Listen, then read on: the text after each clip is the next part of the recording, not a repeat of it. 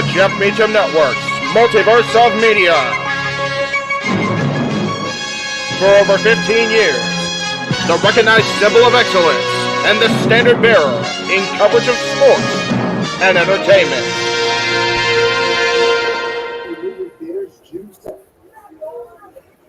Hello, everybody. Welcome to the Rage of Wrestling, another UFC watch along, UFC 302 live from New Jersey. So right off the bat, we're gonna start with a botch because I picked 10:30 because usually when you first put it on at 10 o'clock, they go through all this talking and all these promos, and it takes forever to start the fight. So I said, let me go on a little later so that we're in the fight. But now I started, and we're in round 2 already of the first fight, which is Brown versus Santos. So we're already picking it up in the middle of the second round, which seems like Santos, who's a jiu-jitsu fighter, already has an advantage as he's already in a rear naked choke and he just leaned back. Brown's trying to grab the cage, trying to fight it off, but, that's illegal. He can't grab the cage. He looks a little safe because it's high. The choke is high on his chin. But, yeah, so we immediately go right into action. I don't honestly know much about Brown, but I know Dos Santos is the upcoming older person who didn't start his career until 20 years old, and now he's a little older. He's still going to try to become a champion in this division, but he's a jiu-jitsu fighter. He fighting a street fighter from New York by ways of Jamaica. That's what Brown is. So we're already at 1 minute, 50 seconds in round number 2, which has been completely controlled by Santos. The first round, Brown pretty much controlled, and right at the end of the round, Brown hit a knee right to Santos' nose and almost laid him out, but the bell rang. And so you could say Brown won for the first round, and then Dos Santos came out ready to just crush Brown. Right now, Brown is on top, but backwards with his face up in the sky, getting rear naked choke, but it's not on tight. And Santos is just trying to get it under the chin, but Brown won't let him. So good defense by Brown. He just slipped it. Now it's completely gone. Now the whole choke is completely gone. But real quick, I do want to thank everybody who is watching, whether it's on X or it's on YouTube. I thank you very much for joining me tonight. And please subscribe if you haven't already on YouTube, and tell a friend, as Aaron would like to say. Spread the word so I can get more subscribers. So I can eventually become monetized. I got a long way to go. But also subscribe to Noah Foster at nfoster1 so we can get him up. He's the next closest one out of everybody who isn't monetized so far. So if we can get his subscribers up, we all know the shenanigans he does every Saturday. And when you donate, he's willing to make a fool out of himself for everybody. And Brown, I don't know how this just completely happened, but Brown slipped from the top to Santos' back, and now he's got a rear naked choke on Santos. That really came out of nowhere. Like, he was saving all his energy to do this quick move. The problem is he did it with 10 seconds left. So I don't know if he can choke a jiu-jitsu fighter here. Nope, Santos got right out of it. But a couple of back elbows from the bottom. Wow, that was impressive by Brown. Like, it literally was like cat-like reflexes. He did that smooth, like in half a second. I didn't even notice it. The crowd going crazy for Brown as we end the second round, going to round 3. I don't think that was enough for Brown to steal the round because he spent most of the time on the ground. But, wow, I mean, he caught Santos sleeping and just reversed it. Like, that was some cat-like reflexes. It's the benefit of being young, I guess, because the way he moved, geez.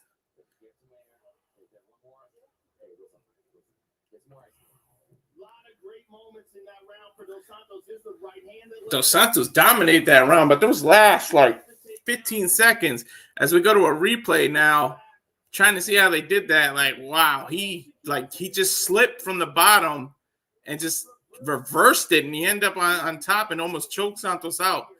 I honestly think that if he had more time, he probably would have choked Santos out. But then again, someone who's a black belt in jiu-jitsu, it's kind of hard to hit them with the submission. They know every submission there is in and out and know how to reverse it and how to deal with it. As we get a promo for the next watch along, which is June 29th, Saturday, the day after my birthday, UFC 303, Conor McGregor. Sorry, I was listening to a promo, but you can save $10 off on UFC if you go to espnplus.com. So I might need to do that to save myself a little money on these pay-per-views. Okay, started round 3. Brown coming right at Dos Santos. Nice couple of low kicks, but Santos with his own low kick. And, man, beautiful uppercut by Brown. He missed it, but he's trying to knock Santos' head clean off. Something happened here. The referee telling him to back up. I don't know if it was an eye poke or... We got an official timeout. To me, he hit him in the nose. He didn't hit him in the eye. I think Santos is a little hurt trying to milk it. Let me see the replay here. Oh, yeah, he eye poked him. Yeah, definitely. Open gloves. They need to stop that. I thought these new gloves were designed to prevent that, but it's still happening. The last in 301 was the last time they revealed these new smaller gloves, but somehow they still getting eye pokes because there was a few in that pay-per-view as well. Brown coming out jabbing with the green and yellow trunks representing Jamaica. Santos with the pure yellow from Brazil. Most Brazilians wear all yellow when they fighting. Silva started that trend. Whoa! Santos came in and hit a right cross. It almost took Brown right out, but he took it and went back into the center. Both of them were so tired from trying to submit each other that if that same hit would have connected early in the first round, Brown probably would have went down. But now you're sweating, you're tired, you fought 10 minutes, 12 minutes so far. So you're a little tired. Your punches don't have the same zap to them as they would in the beginning. So that's probably what happened there. That kind of explains why he didn't take him out. That was a good hit. Santos backing up, striking with the low kicks, the inside low kick. Brown just eating it, keep coming forward. Now it's Brown pressuring Santos. I don't envy the judges. It's going to be hard. Clearly, it's one round apiece. So this is the third and final round you got to pull out. But it's been pretty even. And I hate draws. I hate draws in UFC and MMA. Boxing's worse. A lot of draws are BS, but we'll see. This is hard to. No one really having a clear advantage here.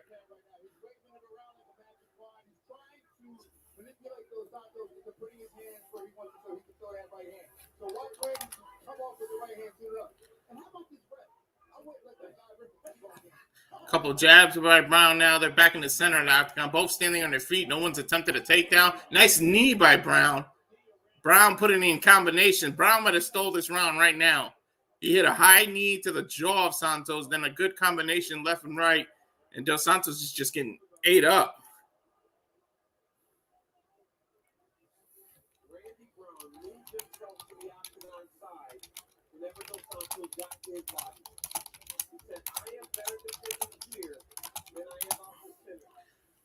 Now they're up against the cage. Santos is holding Brown down. I don't know if I think he's going for a double leg take. Yep.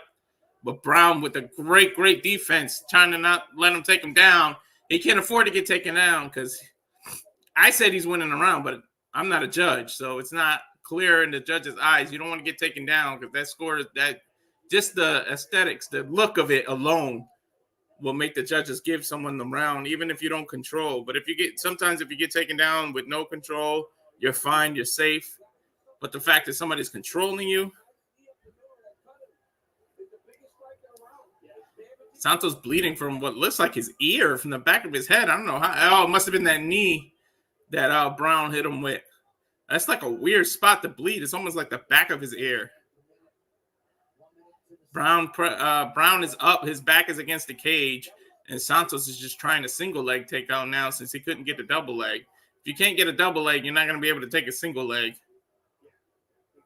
He's a natural jiu-jitsu, not a fighter, not a wrestler. So I don't think you'll see that. Now they're both back in the center of the octagon. And Joe Rogan pointed out exactly what I just said, how much blood Santos is losing. But that was a weird place to bleed. I didn't see a high kick or anything, so I'm going to assume that it was that knee. And Santos grabs Brown from behind, and he got the takedown now, and then he jumped immediately on Brown's neck trying to get the rear naked choke, but there's only 15 seconds left, and he's very high on his back. It's very, very, very hard to choke somebody out. You're safe if somebody's high on your back like that. As long as you don't turn around, lay down, or anything like that, you should be safe because it's hard to get under the chin from this position. 1 second left. There it is. The round ends.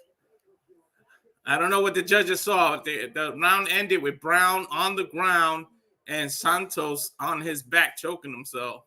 To me, Brown took this one, but I don't know. Okay, so it looks like the cut is on the side of the forehead, but the way the blood flowed, it flowed to the back and made it look like it's the air. So it definitely was that knee because he kneed him right here in the side of his head. But he is busted wide open. He's bleeding hard. The cut men, they got their work cut out for them. As we're going to the replay of round one, which I couldn't call because botched the timing of the pay-per-view.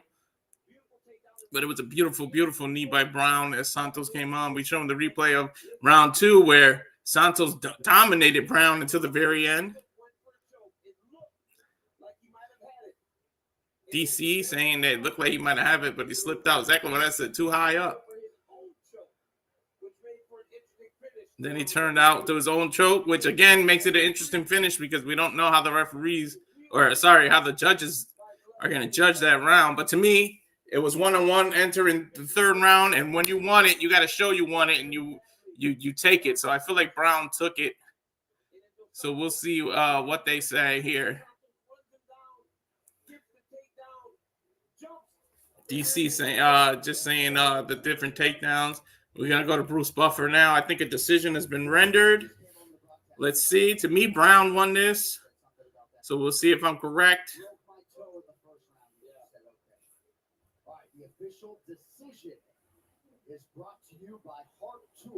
To me, it should be 29 points for Brown. He won the last two rounds and lost the first, but we'll see.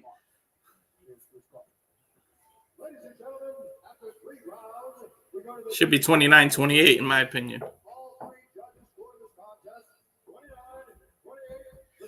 Bruce saying all three judges scored 29-28 for the winner. Randy Brown, exactly what I said, 29-28. Lost the first and won the last two rounds. So all three judges seeing it the way I saw it. Guess lets you know that I do know what I'm talking about when I'm watching mixed martial arts. Let me not get ahead of myself. Let me knock on wood before some crazy happens in the next fight and I'm completely wrong. So winner by unanimous decision, Randy Brown. Let's see here what he has to say as Joe Rogan's doing the Octagon interview. Randy Brown's on a 3-fight winning streak. He's just saying what up to the crowd. He's from New York. I mean, he originally from Jamaica, but he represents New York. So, right in the front yard of New Jersey.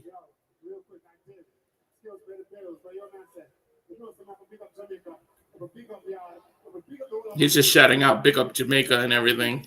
He's not really answering Joe Rogan's question. A lot of fighters do that. Like, I never understood that. You get asked a question and you go a roundabout way of answering and you say everything but the actual answer to the question.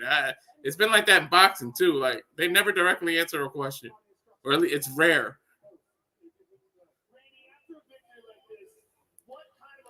After a victory like this, what kind of opponent is next?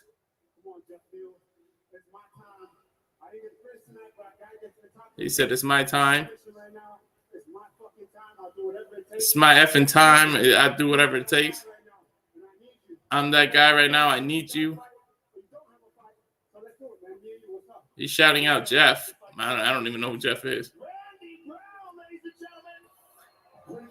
Randy Brown, third 3-fight win streak as Zane Simon, another fighter, they're showing his tweet, 29-28 Brown, good fight.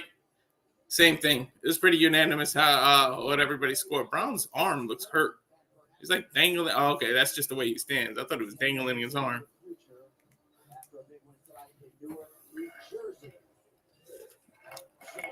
And then we're going to the Chaz Pomeretti. We're getting the from Bronxdale. Mike Serrano from Jersey Shore. We're getting all the celebrity shots now. Justin Gaethje there. The interim UF lightweight champ, current former BMF channel. Win a pair of custom poirier gloves. Direct message third. Log on to Facebook. Something they cut off, but now we're getting a TNT commercial on Bet on 365. So yeah, let me know in the comments if you are watching along with the pay-per-view, not just listen to me and let me know what do you thought of the fight. The judges got it right, got it wrong, or anything like that. My God, we get an Under Armour commercial. You pay $69.99 for the high def version of this pay-per-view, and you get commercials. I understand UFC has sponsorships and everything, but that's what the prelims are for, the free TV one. You don't need to do this during pay-per-views. Like, I get WWE doing it during the PLE because Peacock is pretty cheap, and if you don't pay for the premium, you get promos and you get video packages, but you don't get commercials. Why are there ads on my pay-per-view? I never got that about the UFC. There's an entire 2-3 hours of prelims. Get all your ads out there. Once you switch to pay-per-view, there's no need for this. There's literally a Taco Bell commercial and an Under Armour commercial. Greatest team the world has ever seen. Now, I'd like to thank the 31 of you watching live, both on Twitter and YouTube. Thank you for joining me as we watch along UFC 302. Now we're getting this betting thing on DraftKings here. Like, come on, UFC, with these commercials. Now there's a warning. This program contains flashing images. I guess an epilepsy warning. 302, makhachev, Islam versus, I can never say his last name. Islam versus Dustin Poirier.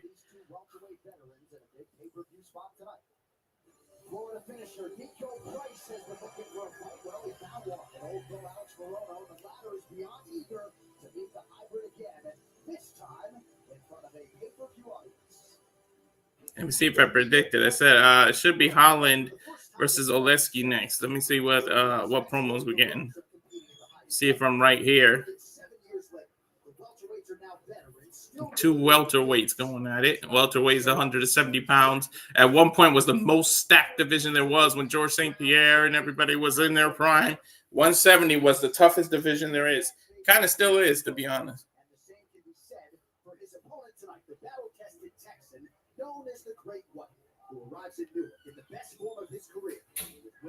Go to a promo package right now. Trying to see who the two they're going to show right now. Coming up next, it should be a good one as Nico, the hybrid Price, meets Alex, the great white Barone. The first time that Nico Price and Alex Morono faced off, Morono had what he called the best round of his entire career. Fast forward 17 UFC fights later for the Texas native, and the two meet once again. So what's different this Nope, this is Nico Price versus Alex Morono. This we go to the ring card girl. Walking around showing round one as we get the walk from Morono. Alex Morono from Houston, Texas, representing the U.S. Excuse me for that. He's at the fighter, what I call the fighter's pit, where they get checked to make sure you have your cup, your mouthpiece, go over any last-minute strategy by your coaches, and then you go into the octagon.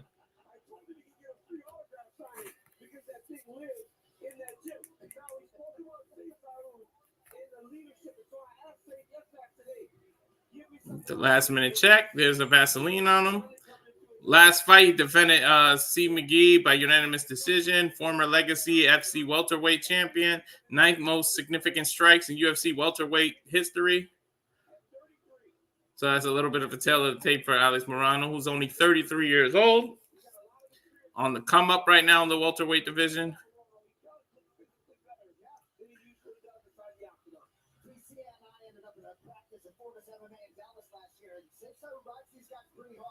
George St. Pierre was he ruled the 170-pound division for the better part of the 5 years.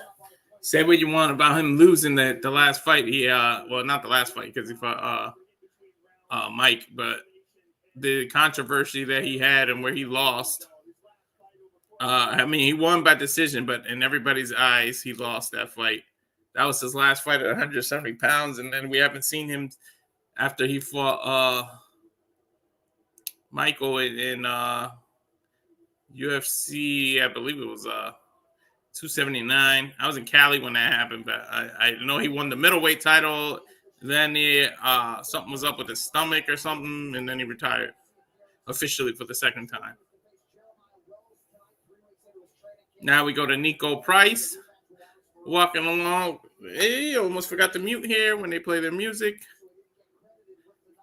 Cape Coral, Florida. For Nico Price. Waiting for them to show his some stats about him to give it to you guys.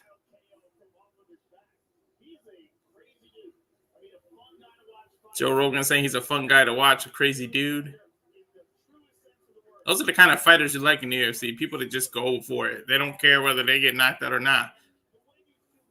I mean, of course, there's strategy to fighting, but he won his last 10 wins by knockout, 3 by submission, 1 of 3 up kick knockouts in UFC history, 10th highest significant strike rates in the UFC welterweight division, 5.46 per minute.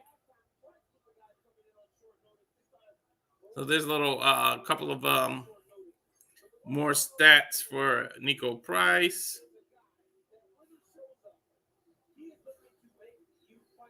This is the fight we're watching now, Price.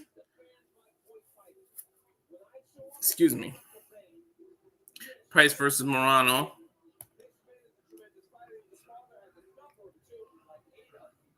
So next should be Holland, I'm going to assume. I kind of read and guessed the order of the fights based on popularity. Obviously, the co-main event is going to be the Strickland fight in Paulo Costa in the middleweight division. There we go with the welterweight fight. Price 34, 6 feet, 170 pounds, 76-inch reach advantage. Reach. Morano 33, 5'11", 170 pounds, 72-inch reach advantage. So a 4-inch reach advantage for Nico Price as we go to Bruce Buffer for the intros.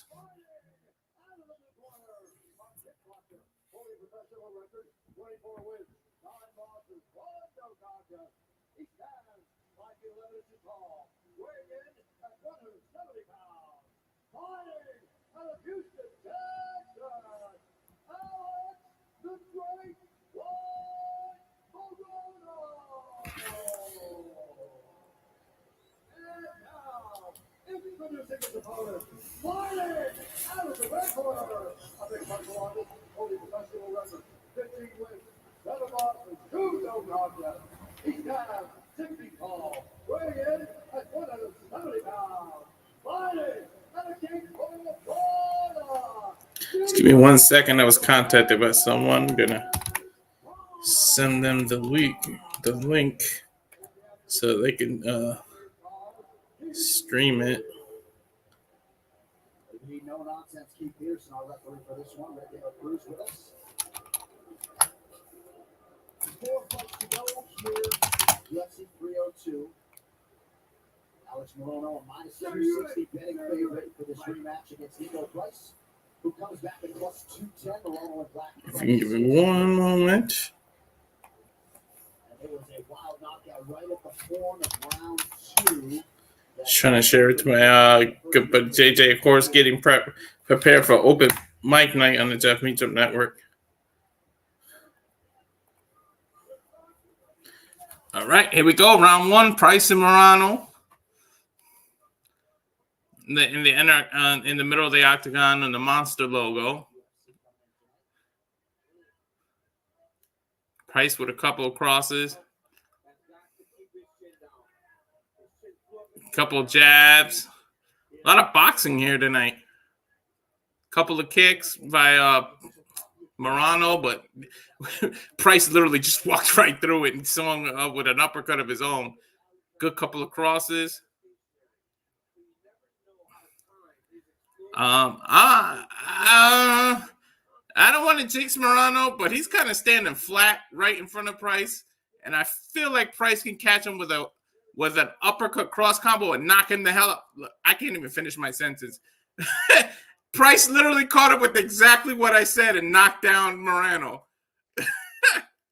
Not to toot my horn, but toot, like I really know MMA. And if you're going to stand flat-footed in front of a striker, you're going to get taken down. But nice. Wow. Morano fighting from the bottom and gets Gets Price into like a crucifix from the back. If you're not flexible, he might submit here. Price might submit.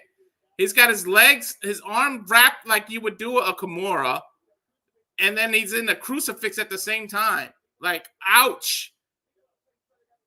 And it's almost like he's trying to do a pin. Okay, Price got out of it. That was Morano with trying to do a standing Kimura as he got out, but a couple of back elbows by Price. That was good submission work from Morano. After I just talked junk about him from doing what he did, standing flat-footed in front of a striker. Morano laying down. He's got a good leg lock around Price's waist, and he's trying to choke him from the back. Price is on top with his face up towards the sky. It looked like Morano's trying. Price is trying to spin around so he can get mount. There he goes. He spun around and goes right into the Morano's guard, full guard. He's got high cross on his leg. He could do a triangle, but because his head is on the cage, it's going to be hard to do it.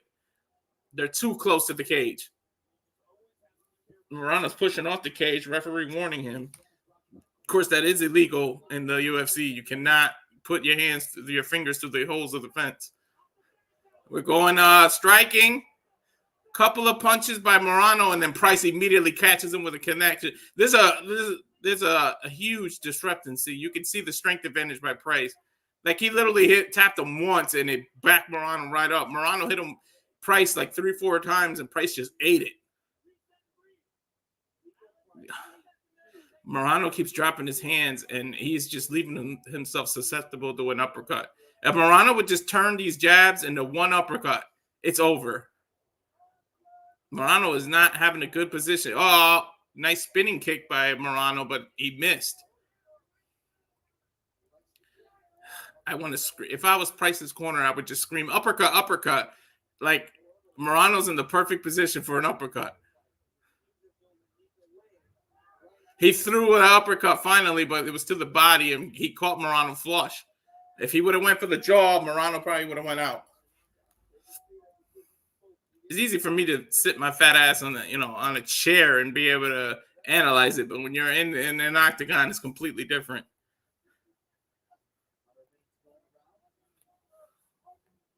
Morano with a couple of jabs. These jabs have no effect on Price. Is walking through them and just swinging on his own. Nice jab of his own. Left cross. They're back in the center of the octagon, but Price is backing Morano into the corner.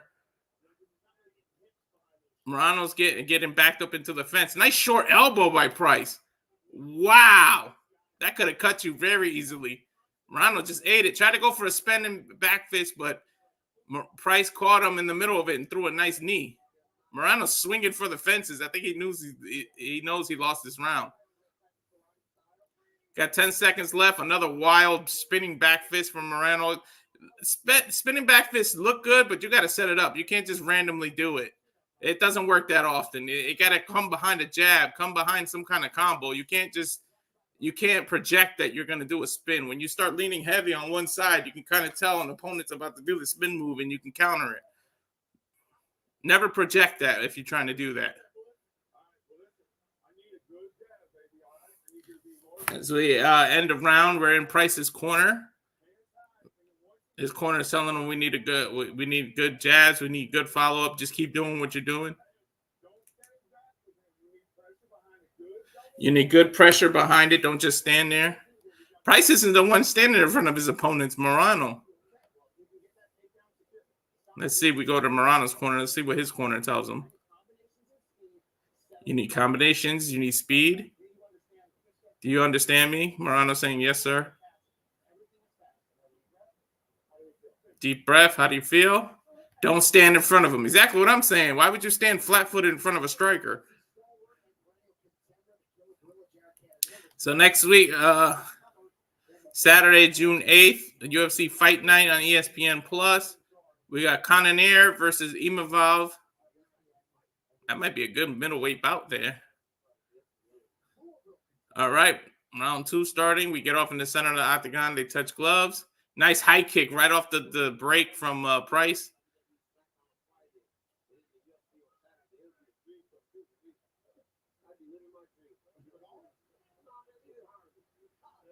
DC is shouting out WWE SmackDown, says they need to hire me. I don't know what that was about. I think he meant commentary wise.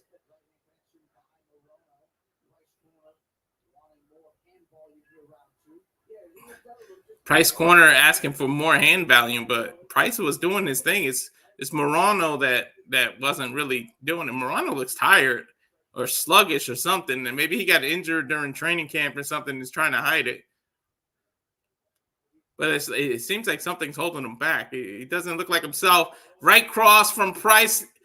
Morano went down but got popped right back up. He just put his hand on the canvas. It's not like boxing. You don't get points from a knockdown. You got to do something after it. Morano back in the middle with a couple of jabs. Yeah, he doesn't look right. Something's not. There's something going on with him. I don't know if it's his knee, but it's like Ginger the way he bounces. Something's going on. I don't know what. Right as I said, he pops Price with a nice cross. Price watching a little bit, trying to set him up. I know what Price is doing. He's doing a lot of feints to try to get Morano to drop his hands again so he can attack the jaw like he was doing in the first round. Boom. There it is. Price with a nice combo from the body up. Downstairs, upstairs, working all of Morano's body. Morano with a push kick. Now it's Morano's turn. Boxing Price. Price got to be careful. He's dropping his own hands.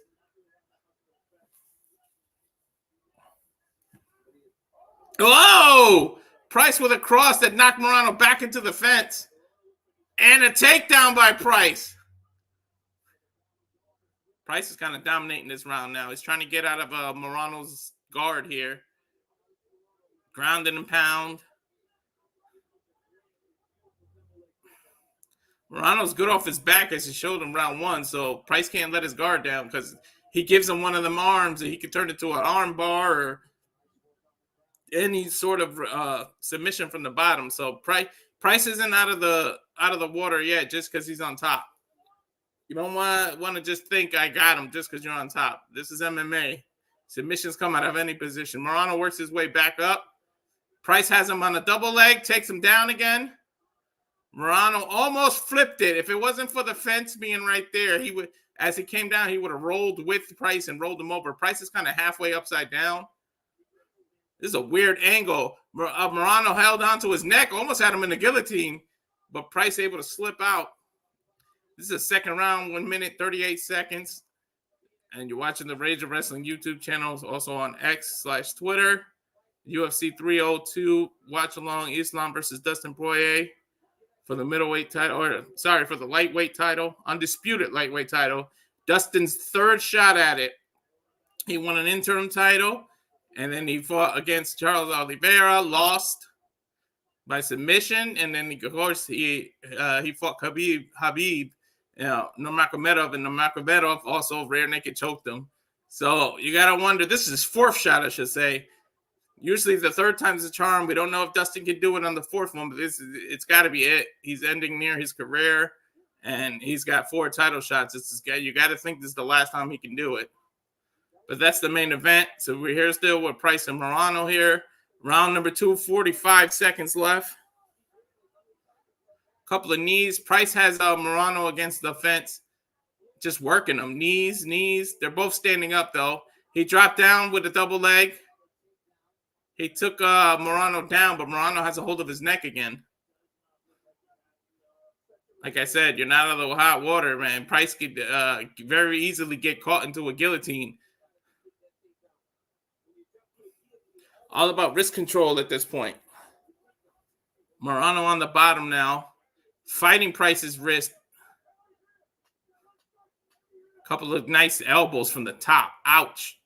He might have got cut. I don't know if it's his skin pressed against the fence or is that blood.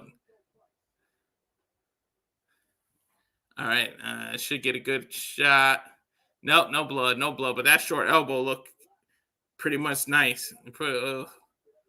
All it takes is the point of that elbow against an eyebrow, soft tissue. Like if you know Nate and Nick Diaz, they have A lot of soft tissue that's been cut open so many times that 1, 2, 3, 4 good jabs and a little elbow will make Nick Diaz look like he was fighting for 10 rounds because he's susceptible to cuts because of the soft tissue around his eyebrow. We're in Morano's corner. He's saying you got to stay off the ground. Don't be on the bottom. Easier said than done, coach. As we go to some replays, Morano with a nice jab, but then Price countered it. Now we're showing Nico Price with a good cross that really knocked Morano back. DC saying he didn't even realize it landed that clean until he just saw the replay.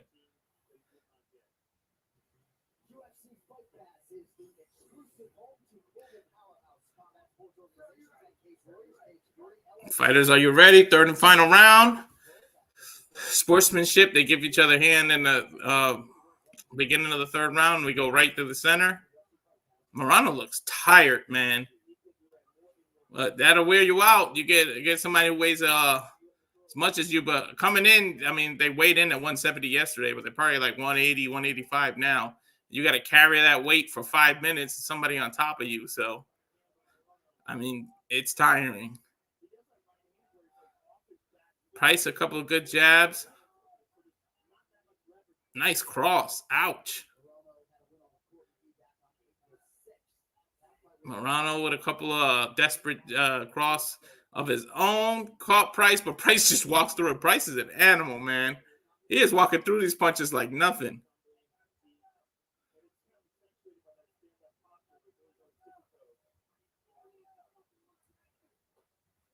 Nice setup jab by Price. Price is trying to set him up. I think Price is looking for the knockout. Even though he's won both rounds, it looks like he's looking for the finish, try to get that bonus.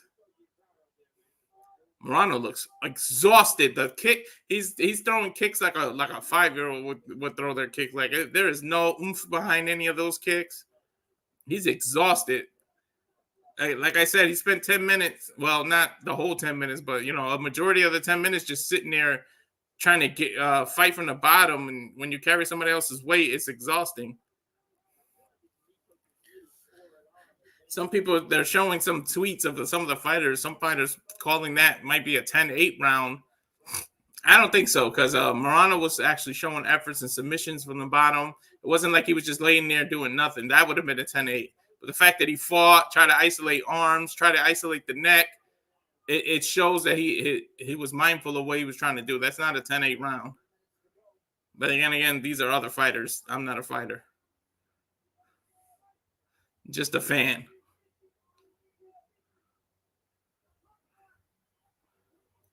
Couple of knees by Nico Price. They're in the middle of the center of the octagon again. Nice kick to the stomach by Price. That really took the air out of Morano. As if he wasn't tired enough. Now a kick to the stomach. Good uppercut. They're back in the center of the octagon. Morano looks ready to go. If Price can get one combo, he took him down so easy. He went for the double leg takedown, and Morano just practically fell back. He is exhausted. Price looking to finish. Ground and pound. He's on top. There's no guard at all for Morano. Now he slips to Morano's back, lets him up. Good knee. Spun Morano. He literally spun him around with a knee. Couple of punches. Good jab. Oh, Morano looks like he's ready to go. If Price can just catch him with that one.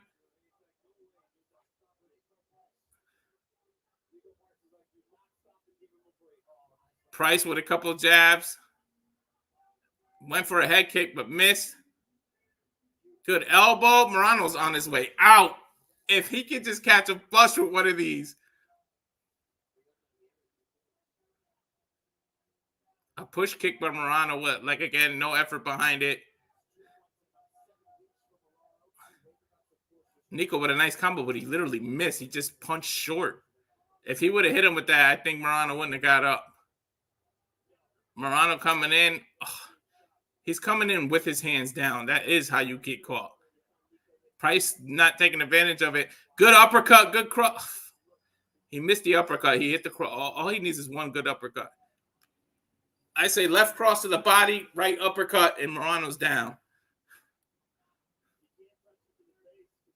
Nice spinning back fist by Morano. That came out of nowhere. No projection or anything, but Price just took it.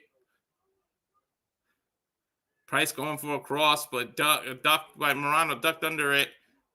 They both going for simultaneous kicks. Now back in the center of the octagon. 34 seconds left.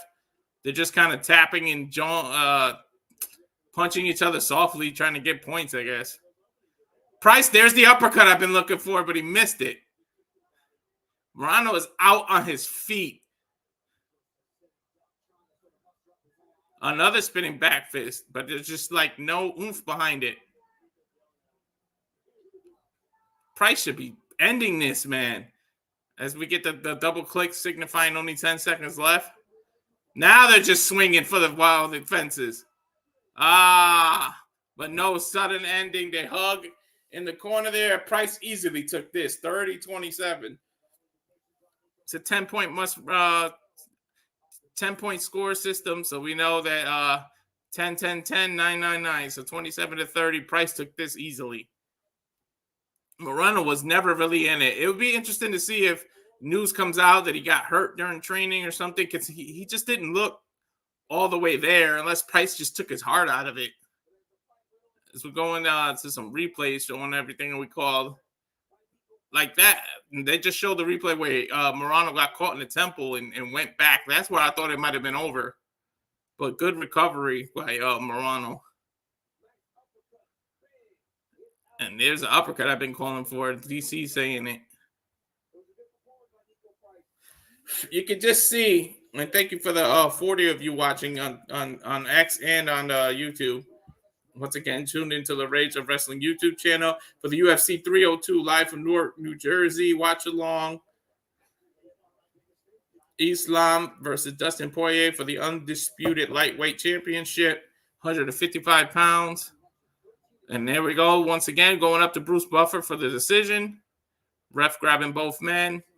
It's kind of obvious. Price won this 30-27. So let's give it up to Bruce Buffer.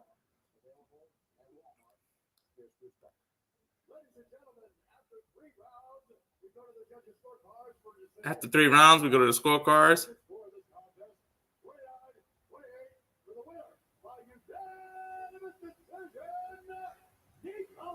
All 3 judges give it 29-28 for the winner, Nico Price. Why 29? Should have been 30. Morano didn't win 1 round. These judges, I don't know what the hell they were watching. What round did they give Morano? That's what I want to know. There was no round that Morano won. It's really weird.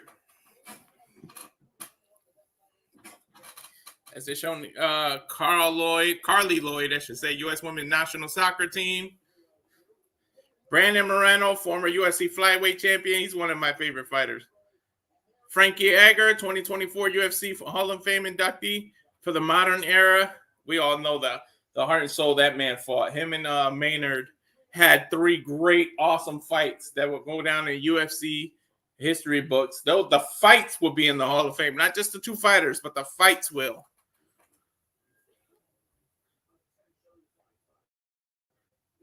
Or at least it's just my opinion, but those fights need to go there.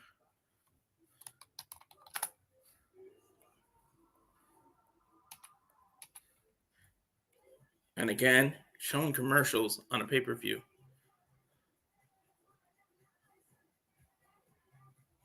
Budweiser commercial. I know that beer is a big sponsor of it. Do you really need to do Budweiser and Amazon Prime right now?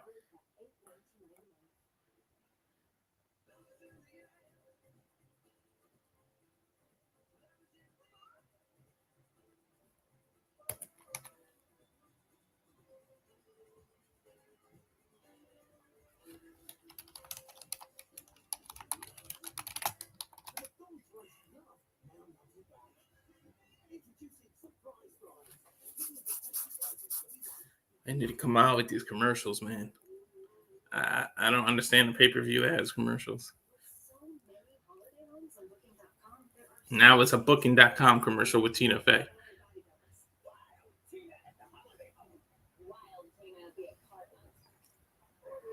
Literally. Well, while they're doing this commercial, I wanted to take the time to say thank you again For the 40 of you that are watching both on X and YouTube, watching the Watch Along 302 Islam versus Poirier live from Newark, New Jersey, UFC 302. The next time I'm doing the Watch Along UFC will be June 29th.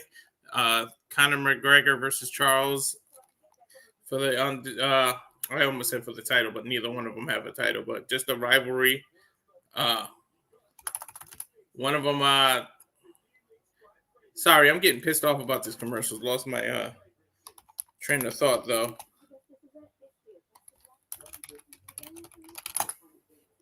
But Conor and Michael Chandler fighting welterweight back UFC 303. I wonder if they're gonna make it a 5 rounds since there's no belt on the line. But usually a main event like that, you make it a 5-round fight.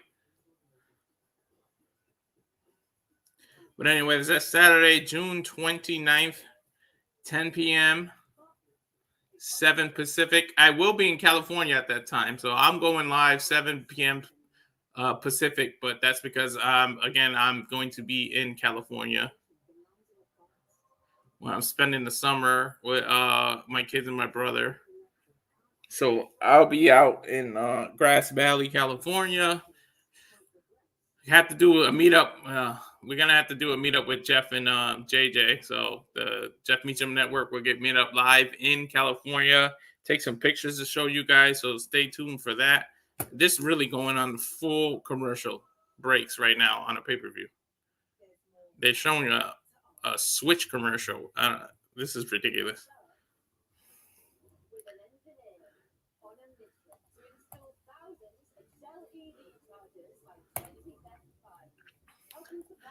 But anyway, since they're on commercial, let me go to a short commercial just showing you where you can follow everyone on the Jeff Meacham Network since I just mentioned that. So I'll be right back. This is a short commercial just showing everybody to follow all the socials of everybody involved in the Jeff Meacham Network. So I'll be back in less than a minute.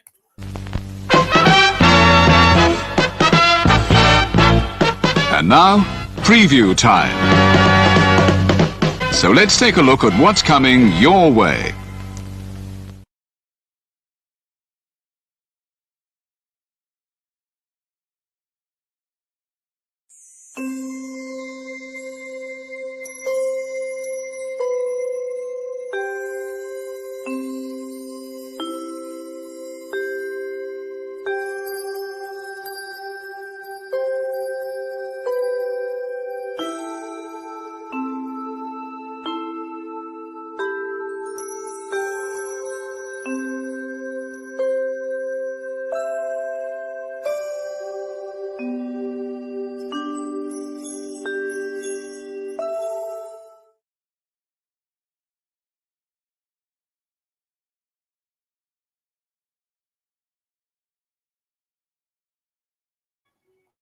All right, we are back live. Finally, they're back from a commercial as well. Perfect timing.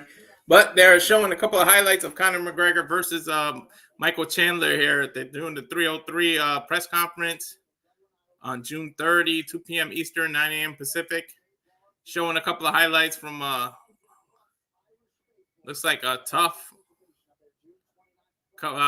It just showed McGregor pushing Chandler. I didn't even know any of this info. But then they took some pictures in the octagon. They're just smiling at each other. That's going to be a good fight. We'll see if McGregor comes off that. He's coming off an actual losing streak. I think he's lost the last 3 fights. I don't know if you can count the one he broke his leg as a loss. Yes, it did count as a loss, I believe. I don't know. So, yeah, he's on a 3-fight losing streak. So, we'll see. But up next, I got Holland. Forgive me. I'm just going to call him Michael. I can't say this name. I'm going to guess it's Olasisku. So it's Kevin Holland versus Michael Olasisku. I'm going to just keep calling him Michael. There's a lot of Michaels in the UFC, but there's no way I'm going to get this name. I'll show you guys how it is. Give me a minute.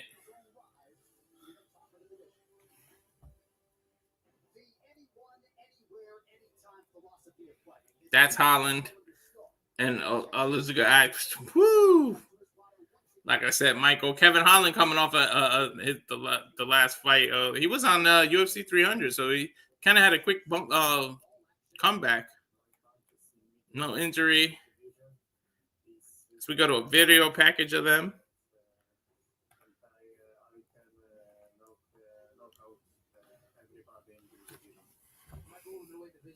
Kevin Trailblazer Holland talking now. He said there's only one way to get there. I want to get back to a title contention. Only one way, and this is knocking this guy out. So we got a highlight package of Kevin Holland, who was one of the heroes. He actually was one of the heroes of the pandemic era of the UFC. He fought a lot during that, and he fought all challengers. He didn't win every fight, but damn, he was exciting. And I know this was Dana's go-to guy because Kevin Holland can talk. Like if he was in the WWE, he'd be one of the most, the best talkers there are on the stick. Kevin Holland is very entertaining.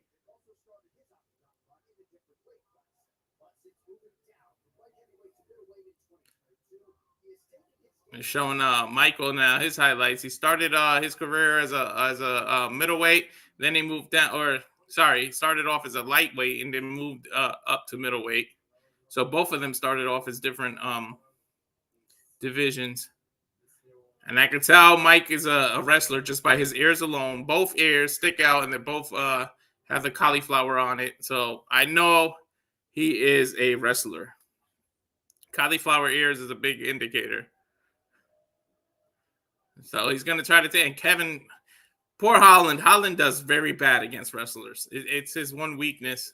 So if he doesn't knock him out, if he doesn't strike him, Michael will pretty much take him down all the time. And that's what we're going to get. And so we're showing Mike, who's from Poland. That's why the hell I can't say that last name.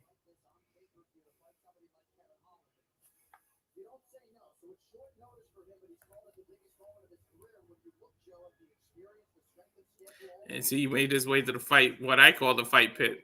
I don't know what the official name of that is, but that's what I call the corner before you get in the octagon. And we're getting some stats on him. He finished his last 4 fights, third highest knockout rate in the middleweight history, 0.64 per 15 minutes, fourth highest significant strike in the UFC middleweight history, 6.2 per minute. So we get a different sponsor for this fight. It's brought to you by Manscaped. They're checking his cup. He's got his cup. He smiles, got his mouthpiece in, and they let him into the octagon. Making his way down to the red corner. I think this is going to be a wrestle-heavy fight. It's Kevin Holland's weakness. If you follow Kevin Holland's career, he does really bad. Off his back, he's trying. I know he's been training jiu-jitsu and trying to come off his back, but it's his weakness. It's easy to take Kevin. Well, not easy for me to say from home, but it's easier for the wrestle and the skilled people in wrestling to take Kevin Holland down. As we get Kevin Holland, I'm glad they're not blasting the music as they come out. I'm able to not get in trouble or any strikes on my YouTube channel for the music in the background. We're getting Kevin Holland making his way to the fight pit, taking off his shirt. Sure, they're going to show me some stats on him. If he can get out of his shirt, he's stuck. Laughs it off. From Riverside, California, they call him Trailblazer. Making his way to the fight pit, taking off his sneakers. Giving his mouthpiece to his coach to get it washed. Puts it in his mouth. Now he stands in front. They checking. Do you have your cup? He said no to his mouthpiece because it was being washed. There he is. Now the mouthpiece is in his mouth. High-fiving his corner. Getting the Vaseline on his face. Joe Rogan talking about Kevin Holland's one-punch knockout power. Is it showing the DraftKings odds? Holland to win by knockout is minus 240. Holland to win by submission, minus 240. Holland to win in a decision, minus 300.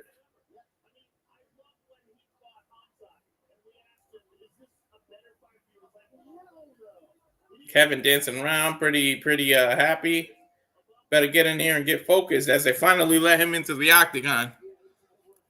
Kevin Holland is one of those brash, cocky guys, but it's part of who he is. He's dancing now in the center of the octagon, chilling.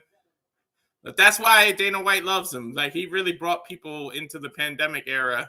He acted just like this when there was no crowd. This is not a facade. This is the real Kevin Holland. He's one of those ones that while he's beating on you, he talks to you to death. And it's what Dana loves about him. So we get a tail of the tape. Holland, 31, 6'3", 185 pounds, 81-inch reach. Michael's 29, 6 feet tall, 185 pounds, 74-inch reach. As we go to Bruce Buffer for the announcement.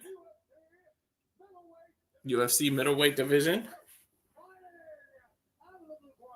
Okay, so Michael's in the blue corner. I think I said red earlier, so sorry about that. He's 19-7 with 1 no contest, 6 feet tall, 185 pounds. From Barki, Poland. He's a plus 225 underdog. So if you bet him, you're going to pretty much, if he wins and pulls this out, you're going to pretty much have a good payday. Now, Kevin Holland following on the red corner, 25-11, 1 no contest, 6'3", 185 pounds from Fort Worth. He's a minus 280 favorite.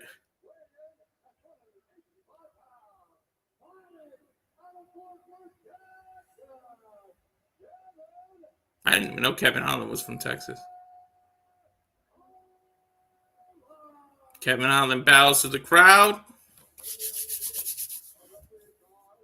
A referee in charge, the great Herb Dean, MMA fighter within his own right. Blue corner, are you ready? Red corner, are you ready? Let's fight. Mike's coming out swinging. Holland with a push kick. Wow, one punch from Mike knocked Kevin Holland kind of halfway back through the octagon. Mike's coming out aggressive. He wants to put his name out there. Kevin Holland with a nice jab. He kind of the way Kevin fights kind of reminds me of Michael Venom Page, like that flashy. But once you get caught, you get caught. Anderson Silva had that too. Got so cocky until he got caught. Chris Evans made him look bad.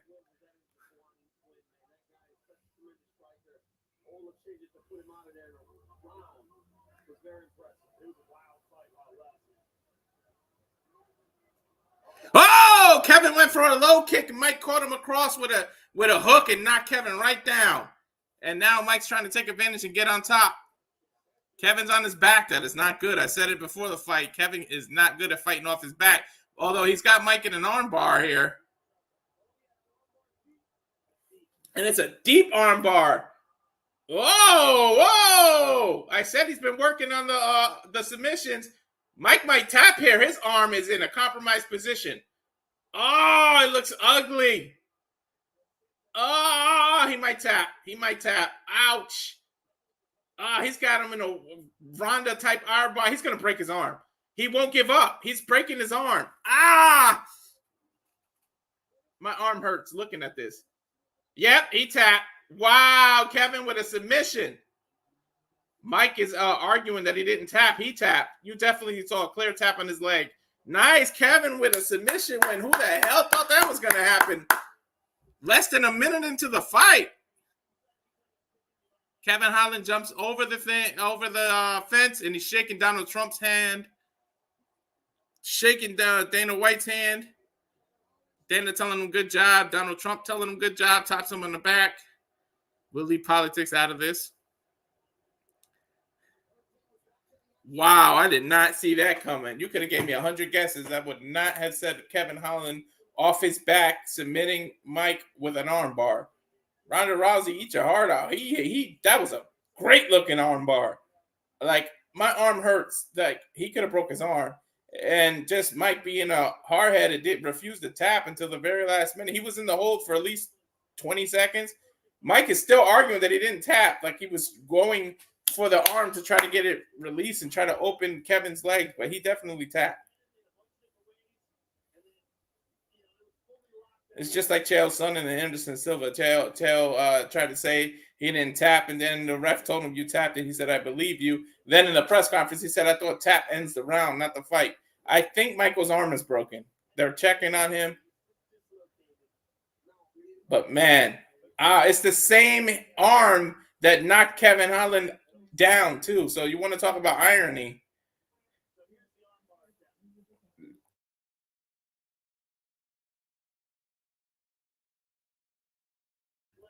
Sorry about that. When I mute people, family was talking in the background. But they go into the replay of Holland. Wow, the way he flipped that arm bar was beautiful. Yeah, that arm looks broken.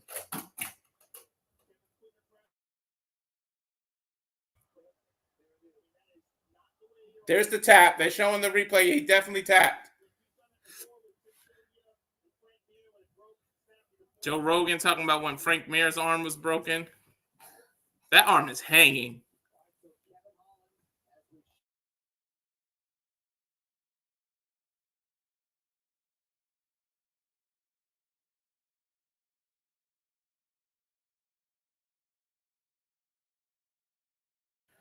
Sorry about that. Someone wanted a blanket that was behind me.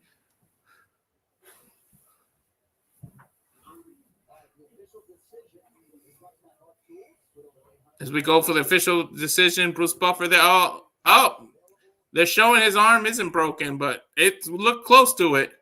It was ugly. 1 minute, 34 seconds officially in round number 1. The winner due to an arm bar, Kevin Holland. Wow. Like I said, you could have gave me 100 guesses. I would not have said an arm bar or any submission. Kevin chasing Michael down to hug him and say, good fight. Good sportsmanship, but Michael looks pissed. He's still claiming he didn't tap. You clearly tapped. It showed it on the replay. Let's see what Joe says. He said, you showed your submission skills. Is that something you were looking for? He said, dude cracked me with a good shot. I took it and smiled. He left his guard too open, and I snapped the armbar. He said, take a look at it. It's absolutely beautiful. We're going to the replay now. He said, you got that left leg across, and once you had the arm, you flipped them. And he said his arm clearly, at the very least, dislocated. He said that was a regular class in jiu-jitsu. Tried not to go too hard. He said, I got the pit bull out of there. He said, you fight at 170, you fight at 185. Where do you want to keep going? He said, I'm just the best gatekeeper in the UFC. I think that's for Dana White to figure out. He tells me what division he needs me to fight, and I make that weight. So, see, Kevin Holland's a real company man. That's why Dana White loves him. So we're showing Paul Fontaine's tweet. That's a nasty arm bar by Kevin Holland. It really was. I thought he broke his arm, but apparently it's just at the very least dislocated.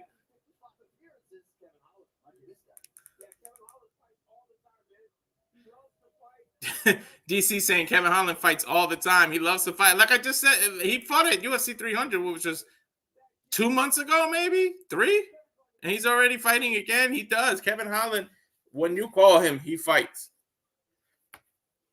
Good company, man. That's somebody you want in your corner. As they're showing Damon John, of course, from Shark Tank, the fashion guru, Formula One driver Daniel Ricciardo, or Ricciardo, Aljamain Sterling, Robbie Lawler in the crowd, of course, the former president of the United States, Donald Trump, always at a UFC event.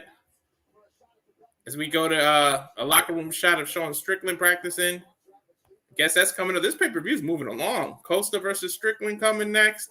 Now we get a locker room shot of Costa. I don't care who wins this match. But I just want it to be good. Izzy, of course, handled Costa so easily. And then Strickland beat Izzy. So now it's going to be interesting to see if Costa can beat Strickland. It's weird. It's all about matchups. It's like sports. Matchup wins fights. So Costa can be the one to beat Strickland, even though Izzy couldn't beat him. But then we know Izzy handled Costa like it was nothing. He made Costa look like an amateur.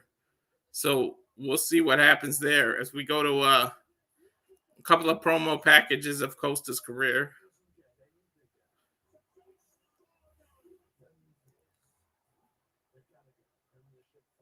I didn't get a good. The heads are cut off of Strickland and Costa, but that's what we're watching next.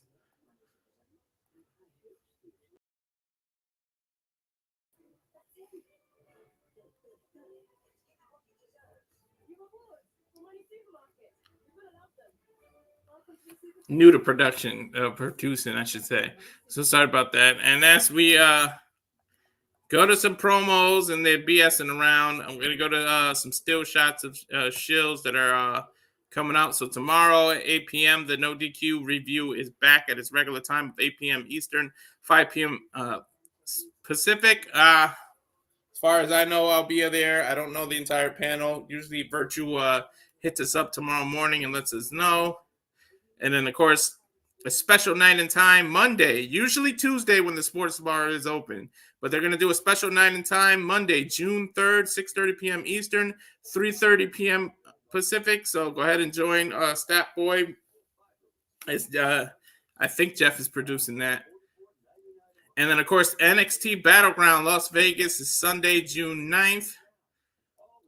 You can join me. Simply Reliable comes back as me and Noah Foster on the call for that because JJ has to work, which is it's a shame because it's of course it's JJ's NXT, damn it. But I will do him proud and gracious in doing that commentating. Interesting to see after this Tuesday, last Tuesday NXT, we saw a couple of surprises and debuts and what the fights are going to be. Then, of course, Wednesdays is the Greg Cherry Show where he has a special guest. This Wednesday, you don't want to miss that, 7 p.m. Eastern, 4 p.m. Pacific. Of course, Mitch's Musings, since he usually goes on Monday, but they're switching it around and they're showing Stat Boy and the sports bar is open on Monday. Meech will take over on Tuesday, June 4th, 7 p.m. Eastern, 4 p.m. Pacific. And of course, this is what I'm looking forward to. I've been listening to 80s music this whole time. So the karaoke has been changed. This is the new updated. It's Saturday, June 8th, 11 p.m. Eastern, 8 p.m. Pacific, which is next week.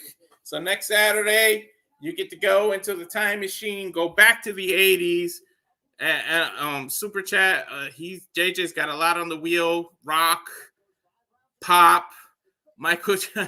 Weird Al has his own category on here. There's going to be a lot. So tune in next week. You don't want to miss that for the shenanigans of what we usually do on Saturday with the open mic night. We're going to start off with 80s karaoke. You don't want to miss that. Of course, much to the chagrin of Noah, who I think he secretly likes the karaoke nights. He tries to act like he doesn't, but it's like Dominic Mysterio and Liv Morgan. You know, Dom and Liv. Dom has to pretend like he didn't like that kiss, but we all know where that mommy storyline is going. And in case, speaking of Noah Foster, join him, and I know JJ's going to be there. Join him and his crew. I'm not sure if I'll be there, but I'm available if he needs any open spots. Thursday, June 6th, we go into NXT Battlegrounds Simply Prediction on the Simple Man's brand. So that's what's coming up next week on the Jeff Meacham Network. And again, thank you for watching the Rage of Wrestling YouTube, as there are now 42 of you. So steadily climbing. Again, thank you.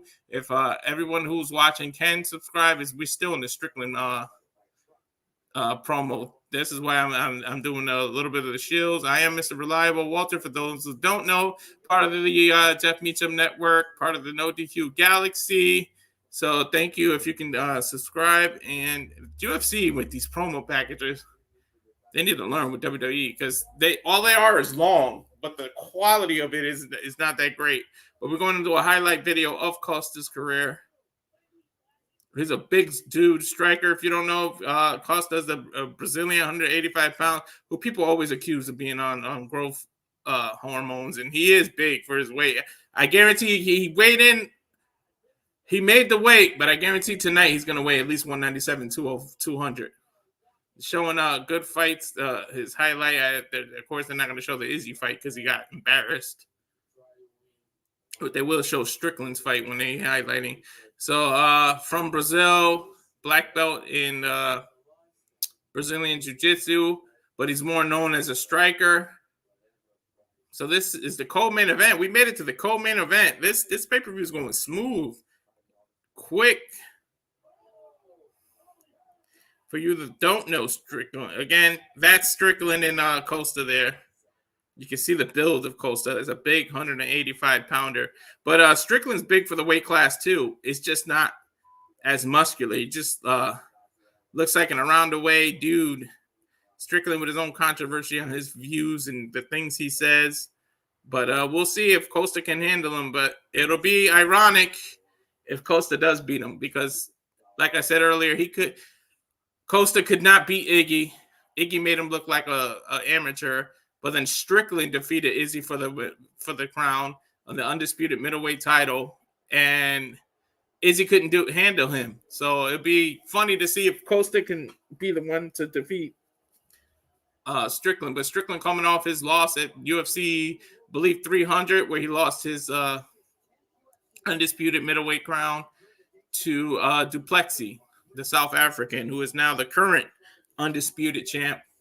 So we'll see if Strickland can get his name back in title contention, or is it going to be Paul Costa? Paul Costa is shown first coming in from Belo Horizonte, Nova Guerras, Brazil. Jeez. He's the number 7 ranked. I'm surprised he gets Strickland if he's number 7, because Strickland's got to be the number 1 contender after he just lost the title. Costa making his way to the fight pit, takes a swig of water, puts his mouthpiece in, gets the Vaseline on his eyebrows and face, smiles, shows he has a mouthpiece, taps his groin, shows he has the cup. Let's see if they let him in the octagon or nope, he's hugging his cornermen and getting last-minute instructions as we get some stats. 11 wins by knockout, 5th highest strike rate in the UFC middleweight history, and the second highest significant strike accuracy in the UFC middleweight history, 56.6%. That's accurate. More than half his punches land. Paulo Costa, 185 pounds. See if he wakes his way back up the ranks. I mean, you got to put his name in title contention if he's able to beat Sean Strickland tonight. You beat the number 1 contender. I don't know if UFC that doesn't make you automatic number 1 contender, but it makes Dana open his eyes on you. But I think if Costa beats Strickland, you got to do the Costa Izzy rematch, right? Because it's a common opponent that both of these guys have is Iggy. So you use Iggy as the measuring stick. But Iggy said he was going to take a couple years off. I think he said 3 years. We'll see. Here we go with the number 1 contender. Strickland's entrance now.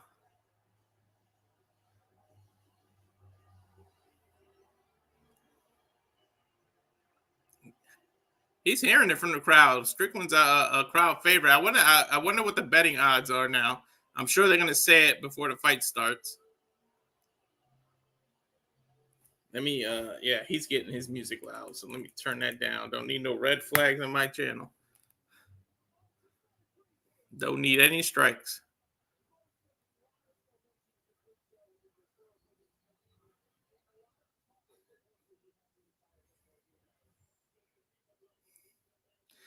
Sean Strickland, former UFC middleweight champion, 3rd most significant strikes in UFC history, 1,887, Brazilian Jiu-Jitsu black belt. I didn't even know that. I thought he was a wrestler and a striker, but he has a black belt in Jiu-Jitsu. Showing in the white trunks with the red black trim, red lettering. He made his way into the octagon now. He looks focused. I can't wait till this fight starts now. Strickland to win by knockout is plus 185. Strickland to win by decision, plus 140. Costa to win inside the distance, plus 330. Costa and Strickland shaking hands. Good sportsmanship. I didn't expect that with the way the weigh-ins went. If you saw the weigh-ins. But most of it is show. Strickland is a minus 260 favorite. Costa plus 210 underdog. So you bet $100. He wins. You get 310.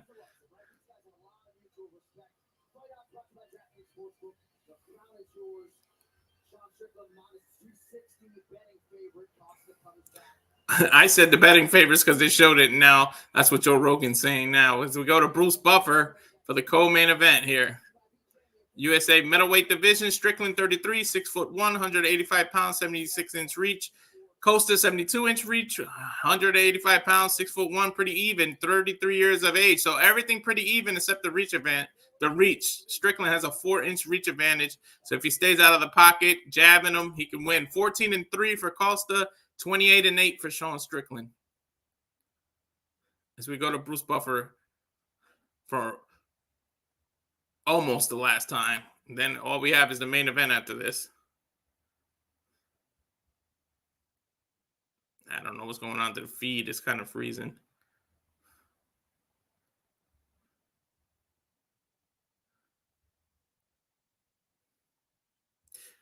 If you guys give me a second, I'm going to run that video again. That's short. The video of all of us, all our shows, and everywhere you can follow what I try to get. Reload the Triller. The internet issues always gets us technology. So I can try to reload Triller and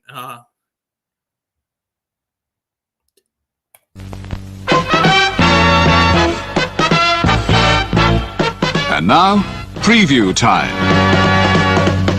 So let's take a look at what's coming your way.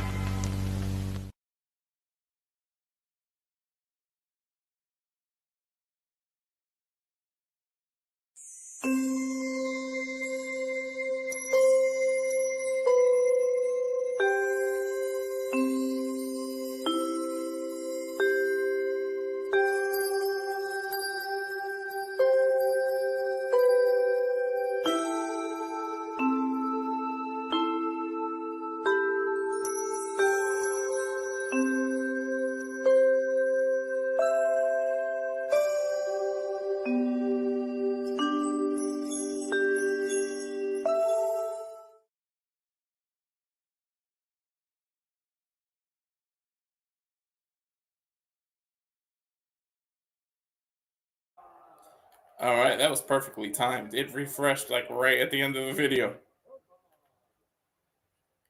Jason Hergog is the referee assigned to this. And here we go. Crowd screaming USA for Strickland. Co-headline, are you ready? Are you ready? Let's go. Touch of gloves. No, they didn't touch glove. Costa on the monster label. Nice kick to Strickland. Strickland, it turns Strickland's whole body. Another kick. Costa kicking hard on Strickland's legs. Guess I know what his strategy is. Another low kick. Right to the back of the knee. Strickland, one of the best boxers there are in the entire UFC, which is why Costa is bobbing and weaving, going in and out and kicking. He's trying to kick those legs out because Strickland leads with his right leg, and he's just one of the baddest boxers there are. So you take out his legs, and then he's got something to worry about and might take his focus off the boxing. But Costa is not a bad boxer himself with a couple of jabs to the stomach. Costa is showing some pace here, going after Strickland's body.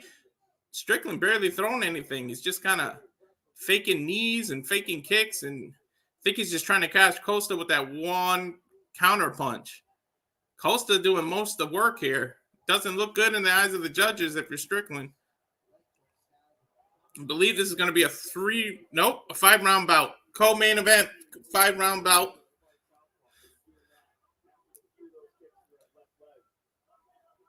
Costa fighting southpaw right now. Strickland orthodox.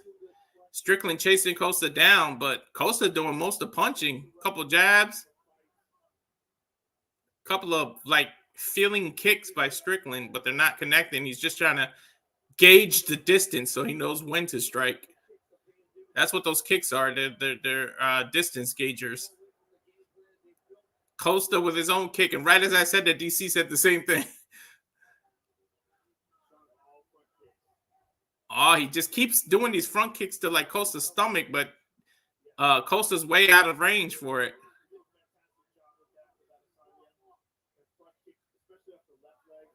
Yeah, that's the same kicks he was using on Adesanya, but Adesanya was in range. Costa hasn't got hit by any of these kicks.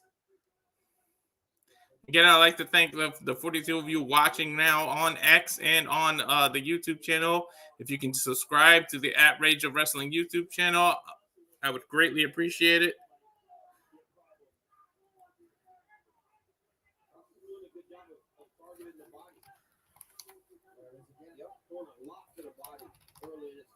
DC pointing out that Costa's throwing a lot of blows to the body. He's trying to wear Costa out.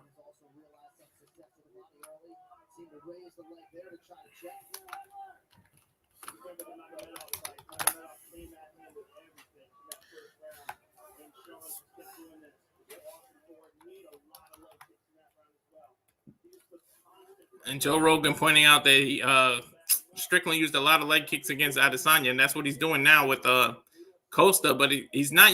He's kicking, but they're all to the body. They're all front kicks to Costa's body.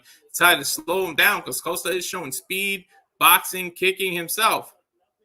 It's like a weird round to gauge. I don't know how the judges are going to look at this because Costa's taking out his legs. Strickland is hitting him a few times, but it seems like Costa is throwing the most volume and connecting, so Strickland is mostly chasing, and that's part of octagon control, which is one of the criterias in octagon control. I don't know how much the judges look at that, but that's part of the criteria in the 10-9 scoring. They're both circling. Nobody's getting caught with anything bad, but yes, Costa's the busier fighter. That might steal the round for him. A nice leg kick, but checked by Strickland. Rogan saying that's just not something you want to do because if you keep checking these kicks, he's going to take you out. Nice head kick by Costa, but Strickland caught him. Nice, took Costa down, but Costa right back up and right back to the leg kicks. Take the body out, take the bottom, and the head will follow. I guess that's Costa's strategy against Strickland. Take his legs out, keep hitting his body, and the head will fall. It's an old cliche. Strickland just, man, he's relentless with these weird front kicks that they're starting to catch Costa right in the stomach, right in the abdomen. It's just left, right, and it's not the same leg. He's not kicking with just one leg. He's just doing it back and forth, back and forth, back and forth. And that's going to wear on you. This is a 5-round fight. That definitely will wear Costa out as we get to the end of the round here. Costa's stomach kind of red here. I'm not sure who won that round. Maybe that knockdown, Costa did fall off that hook. That might have gave Strickland a round, but it depends on what the judges are looking at because octagon control might be Costa there. But significant strikes, Strickland got more because of those weird front kicks. It's 24-19 in significant strikes as we look at Costa's corner. Strickland already on his feet, ready to go. Like screw what the corner saying, screw drinking water. He just popped right back up. I don't know what that weird camera shot was. Yeah, straight. Exactly what I just said, how Strickland's just up, and Joe Rogan said, look at him chomping at the bit.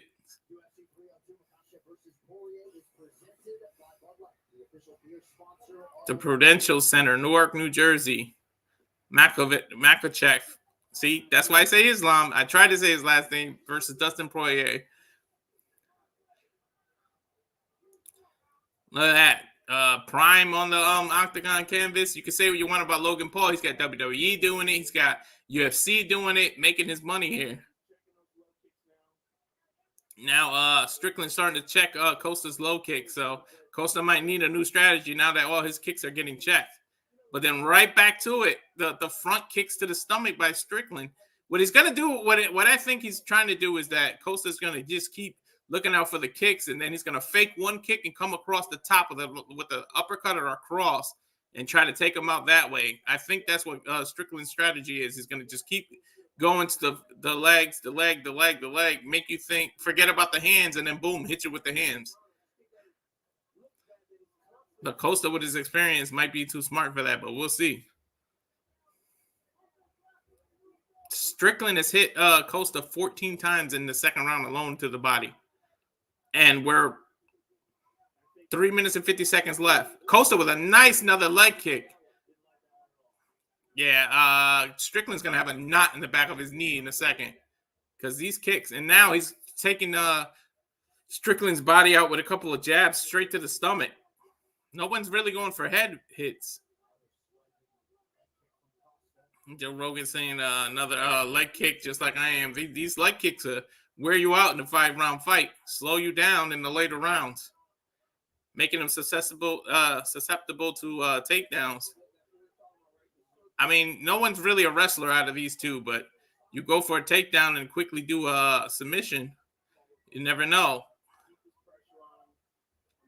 Now, this is a little weird because it's like Strickland's doing all the pressure, like by following Costa, but Costa's doing the more volume punches.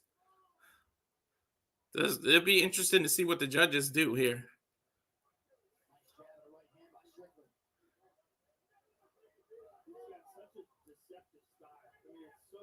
Joe Rogan saying he's got a deceptive style in terms of Strickland. It's hard to gauge. And it is. These weird kicks is like I said, he's trying to get Costa to focus on kicks alone and then take him out with the boxing. He's literally just, as he walks, he's lifting his leg like lunges. And then there he is. Now he's attacking with the punches. But Costa countered this time. Costa looked like the more fresh person. 2 minutes and 12 seconds left in the second round. Kind of a crowd booing a little. They think it's a boring fight, but it's strategy right now. Costa bouncing. Nice leg kick, but he missed. Strickland lifted his legs to do one of those fake kicks again, and then Costa threw a leg kick at the same time and kind of missed. Costa's left eye a little swollen, getting hit by a couple of those jabs. There's the front kick again. Man, Strickland is relentless with this. And Costa counters with a leg kick. Joe Rogan pointed out again that this is the same strategy Strickland used against Adesanya, and we know that resulted in him becoming the undisputed middleweight champion. Costa tried to take Strickland down. He reversed it. They're back in not exactly the center of the octagon, but closer to the center than the corner. Now they're in the center. Nice leg kick by Costa again. These leg kicks are going to catch up to Strickland. He keeps not checking them. He hasn't checked one in a while, and he keeps not checking them. These legs will take you out. And again, Strickland's strategy is all kicks. So if Costa takes him out, nice spinning wheel kick by Costa. Didn't catch him quite flush. But now Strickland's got another weapon he's got to worry about.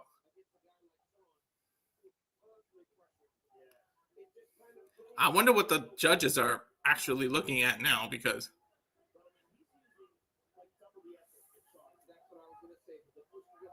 nobody's tackling, nobody's taking out. They're just swinging.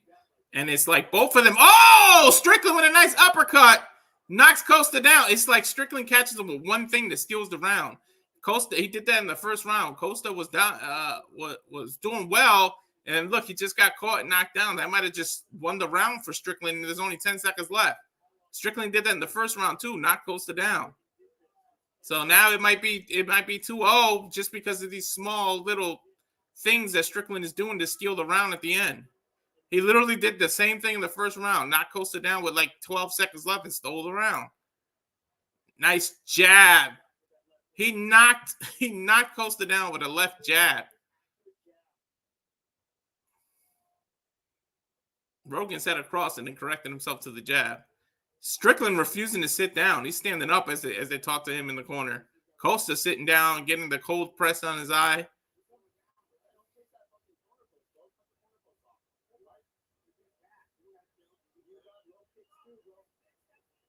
Strickland's corner telling him use that low kick too.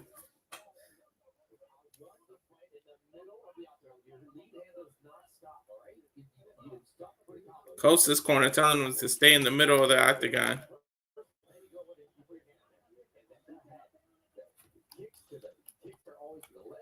All these kicks are always to the leg or the body.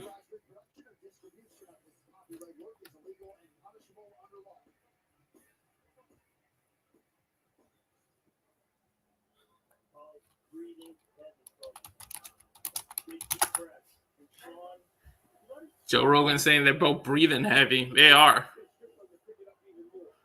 One of the areas where Sean Strickland has this frustration is that he doesn't necessarily separate himself as much. Because while he does seem to be the guy advancing, and he seems to be the guy landing more strikes, Strickland coming out again with these weird, like, front bicycle kicks. It's like left kick, right kick, left kick, right kick. Strickland is like unorthodox, man.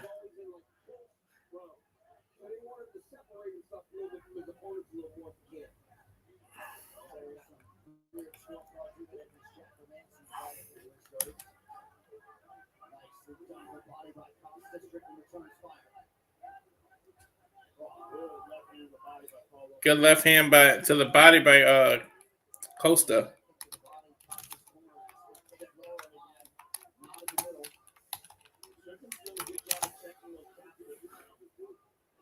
Strickland doing a good job checking these kicks.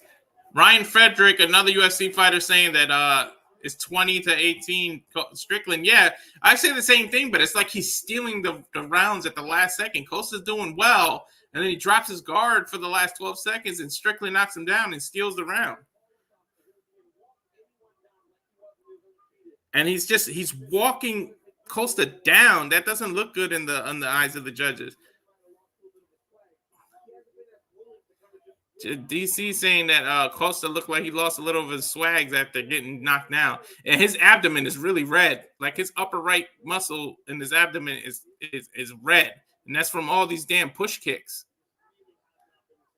Costa, oh, nice kick by Costa. Oh, Costa went to go kick Strickland's leg. Strickland checked it, and it looked like Costa hurt his own ankle doing that kick. Costa backed up and he switched to orthodox now. He was fighting southpaw the whole time. He switched because of that kick. He hurt himself throwing that kick. Nice check by Strickland. Now Strickland boxing. He's got Costa in the corner. Costa came out of the corner. They're kind of trying to work their way to the monster kid in the middle. Rotating now is Costa. Got Strickland in the corner trying to box Strickland. I don't think you want to box Strickland here, Costa.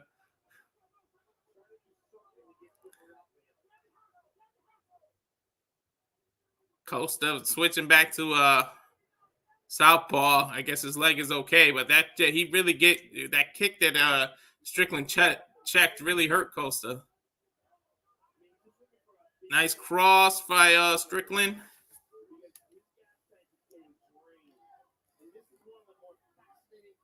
Nice spinning heel kick by Costa, but he missed. Ooh, if he would have caught Strickland with that. Again, this round very even, and it looks like Strickland might steal it at the end again. It's just weird how these rounds are going. Strickland jabbing, getting Costa to back up. Costa with a nice leg kick again. But Strickland just walks you down, man. That's intimidating. That you keep swinging and fighting somebody, and they just keep walking you down. It's like the Terminator just keeps on coming. There's the front kicks to the stomach again.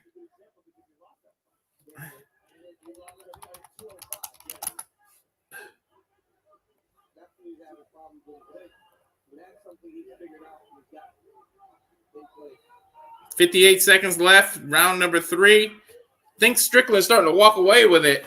Costa slowed down significantly. This round a little more even, so we'll see if Strickland gets another knockdown and steals it again at the end. 44 seconds left. against the jaw of Strickland, but he ate it. Strickland saying, come on. Strickland is crazy, man. You don't want to fight these crazy kind of people like that. He took it flush in the jaw and then starts walking Costa down like, come on. Costa's getting caught in the corner here.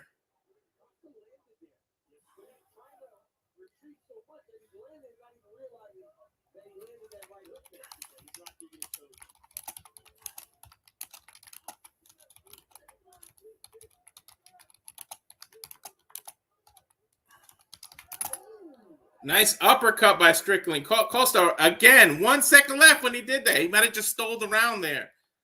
Man, Costa's stomach is really red. Those front kicks are hurting him. Hard to breathe.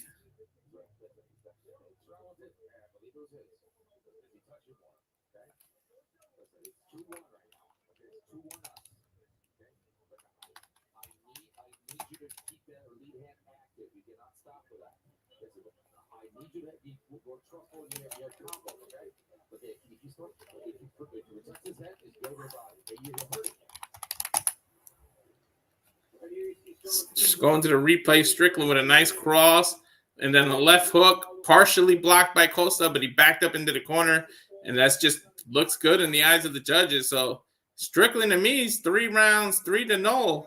Costa's got to pick it up or knock Strickland out, and that's way easier said than done.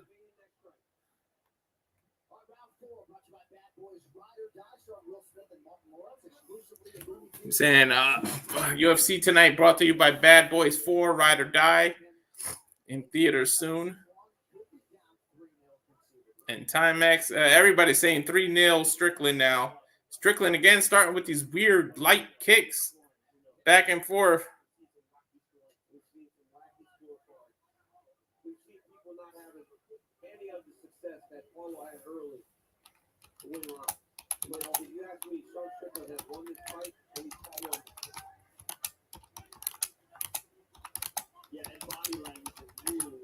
Yeah, Joe Rogan talking about Costa's body language. Costa looks defeated already. You might have given up already.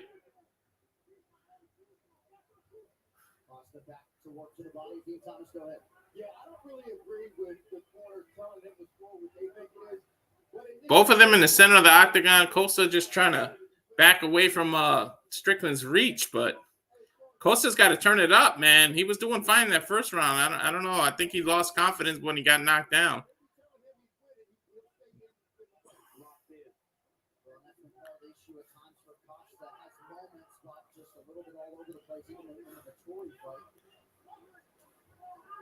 He can barely put a kick himself. Yeah, his shin is really banged up. Again, we saw it in the eye, so he threw a full power kick. Strickland just taking the power away. When you can't breathe like that with all these damn kicks to the body, it takes Costa's power away. So smart strategy by Strickland. Strickland backing Costa up now. Making Costa look bad, man. You might have to wrestle Strickland, Costa. Do something out of your comfort zones. But then again, Strickland is a black belt in jiu-jitsu, as I read in the beginning. So off his back, he can submit you. But Costa's also a Brazilian jiu-jitsu specialist. So Costa backing up. You got to stop backing up. Even if you win in the round, it looks bad. It's octagon controlled by Strickland. Strickland back to these little weird front kicks again. Man, that's got to be annoying as hell and frustrating. You just want to knock your opponent out hitting you with those stupid little kicks, and it works. That's the most annoying thing is that it works for Strickland. Now Strickland coming in, following his jab with a couple cross, and then right back to the kick in the stomach as they're both in the center. Now it's Costa backing Strickland up into the corner, but Strickland jumped right out of the corner. Intelligent fighting by Strickland.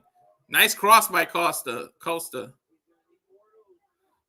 DC saying we need more of those. Yeah, you sure do. Kick to the ribs by Costa. Costa, you got to do something, man. Go for it all. Strickland's dominating now.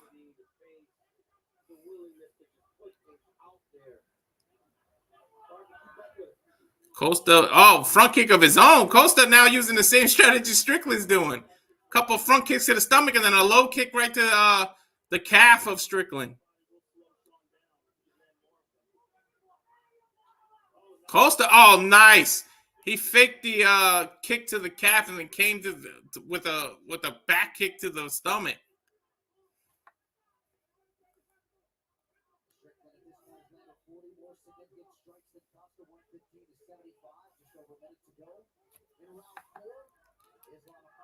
Round 4 already. 1 minute, 15 seconds left to go.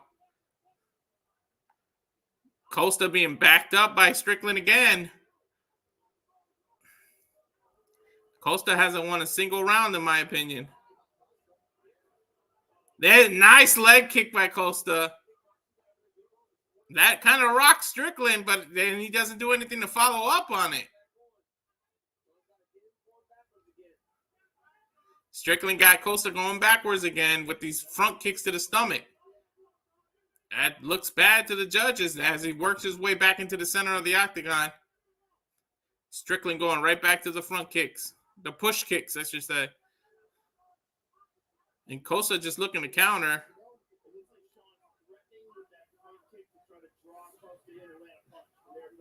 Costa with a nice jab to the stomach. Strickland literally diving out of the way. There he is. Now they're fighting and punching in that. That's exactly what I was saying Strickland was trying to do. Lure Costa in with these kicks and then go to the punches. Costa literally ran from Strickland just now. Doesn't look good, buddy. 4 rounds to 0. We're going to come out for the 5th and final round. But Strickland pretty much dominating this. Strickland corner saying you got to put combinations together. Let the effing dog out of you.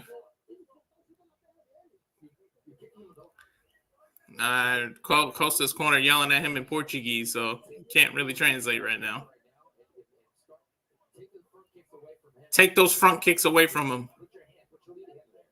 Control their hands. Jab and then come over the top.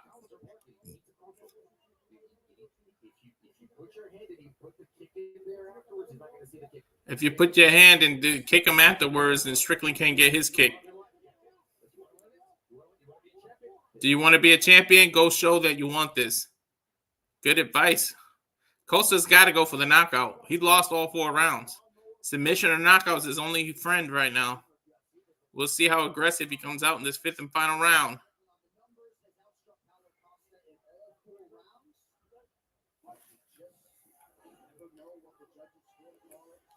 They're saying you never know what the judges are looking at. Costa going for these kicks. He's going for broke, I guess. Nice jab to the chest. I mean, he was aiming to the stomach, but he hit Strickland right in the chest. He still got some bounce to him. Costa with an aggressive kick to the leg.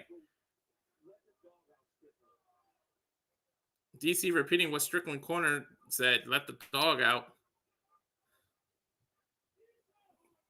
Ryan Frederick with a tweet. UFC Fighter 4036. Costa needs a finish by Nick Baldwin. Everybody saying a nice combination by Costa. I think Costa realizes he needs to finish. But you don't want to get sloppy and then get caught.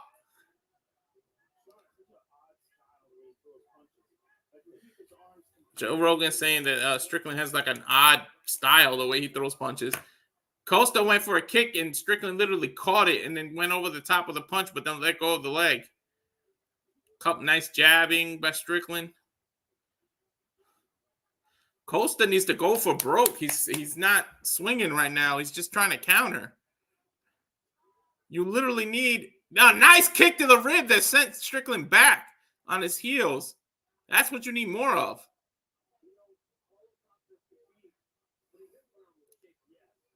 Minus 2,100 Strickland at live odds now, plus 1,000 for Costa.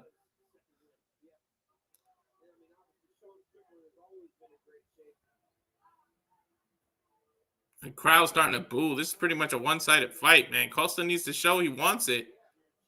3 minutes left. Costa with his own front kick to Strickland's stomach now.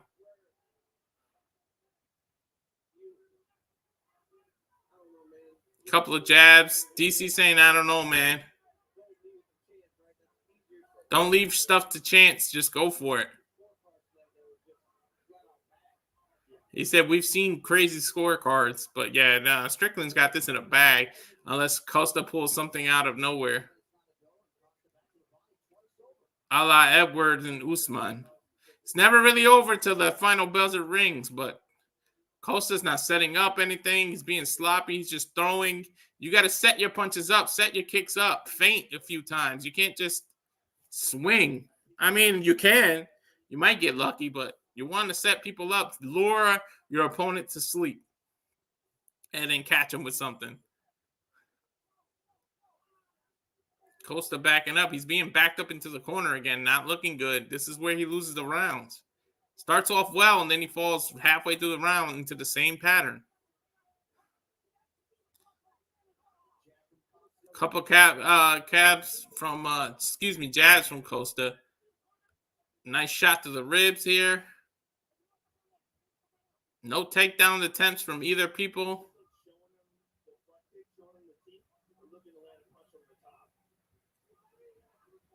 Costa aiming for Strickland's body. Brushed him, but nothing happened. Thought he was going to try to go for a double leg takedown, but nothing. Strickland, another kick to the body. Costa with his own kick to the body, but nobody's really getting hurt. Just kind of a boring fight now. The crowd is booing. You can see like 6 people walking to the bathroom right now. Costa needs to get aggressive. You got a minute and 5 seconds left. Do you want this? You need to take it out of the judge's hand and go for broke. Go for the knockout. Nice couple of leg kicks. Strickland been lifting his knees up to do the front kicks, and then Costa took a couple of leg kicks to his leg, to Strickland's leg, and stopped those kicks from coming.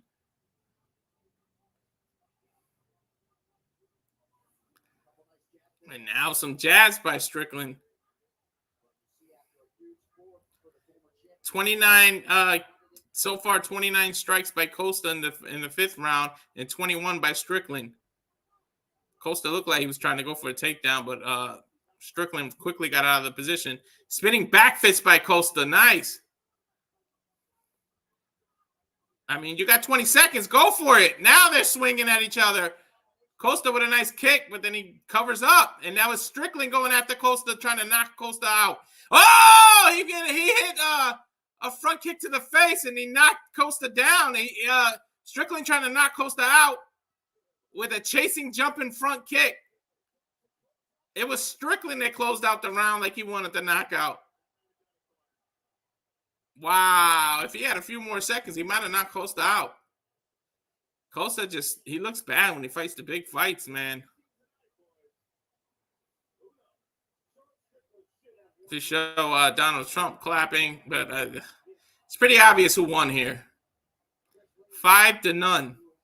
50-45 should be all 3 scorecards. I don't want to hear anything else, or these judges are corrupt, seriously. 50-45, 50-45, 50-45.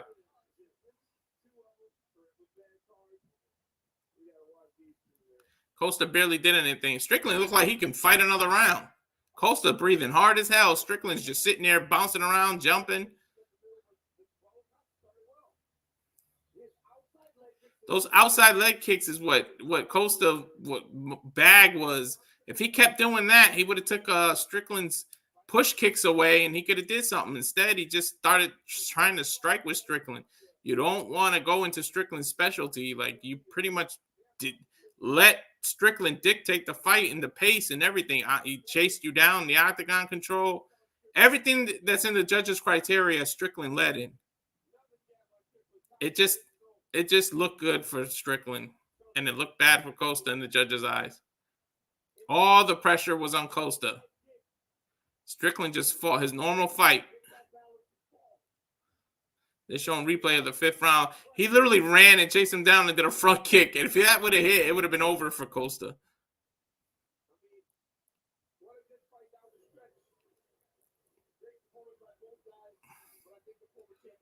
Let's go. 50-45. Let's see as we give it back up to Bruce Buffer. Ladies and gentlemen, come to a decision. Judges have it. Come on, Bruce Buffer.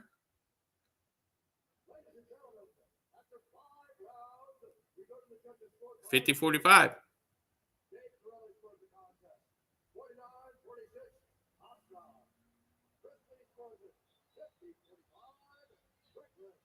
$50-45 Strickland.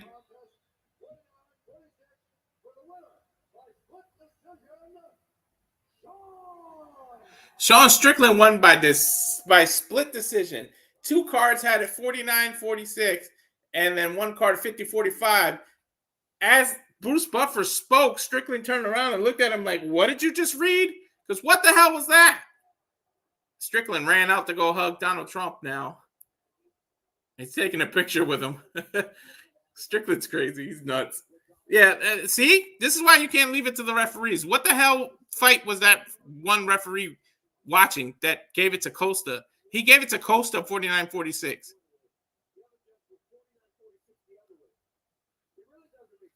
It was 49-46 to Strickland.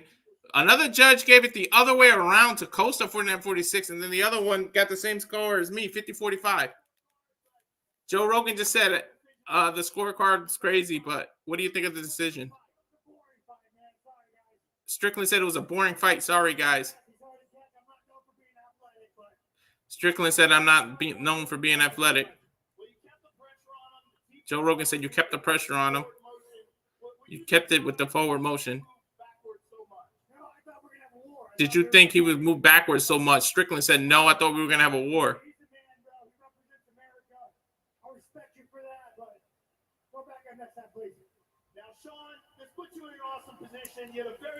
Sean, this puts you in a very good position. You had a very close loss in your last fight for the title. What's next?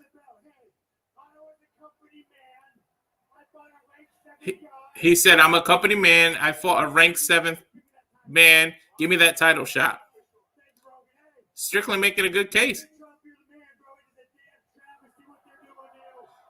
Strickland saying to Trump now, "You're the man. It's a damn travesty what they're doing to you." Whatever, get the politics out of my UFC. Let's just move on. Joe Rogan, I'm sorry, not Joe Rogan. DC saying yes. Strickland is a company man. He's the number one contender for a 7th ranked person. Walk through him, to show he gets the title shot. So I agree. Should be Duplessis versus Strickland in the rematch. I mean, because that was a very close fight. Some people see Strickland winning. Boogie with the hoodie rapper. Now they're showing the crowd more. Joanna Jędrzejczyk, 2024 Hall of Famer. Gentleman Iman, football player. UConn basketball head coach Dan Hurley. Alex Pereira, UFC light heavyweight champion.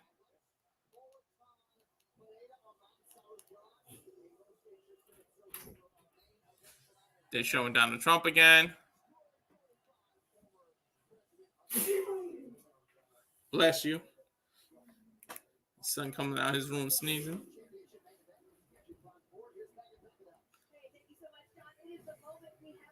Waiting for there it is. Islam Makhachev. Oh, I finally said his name right.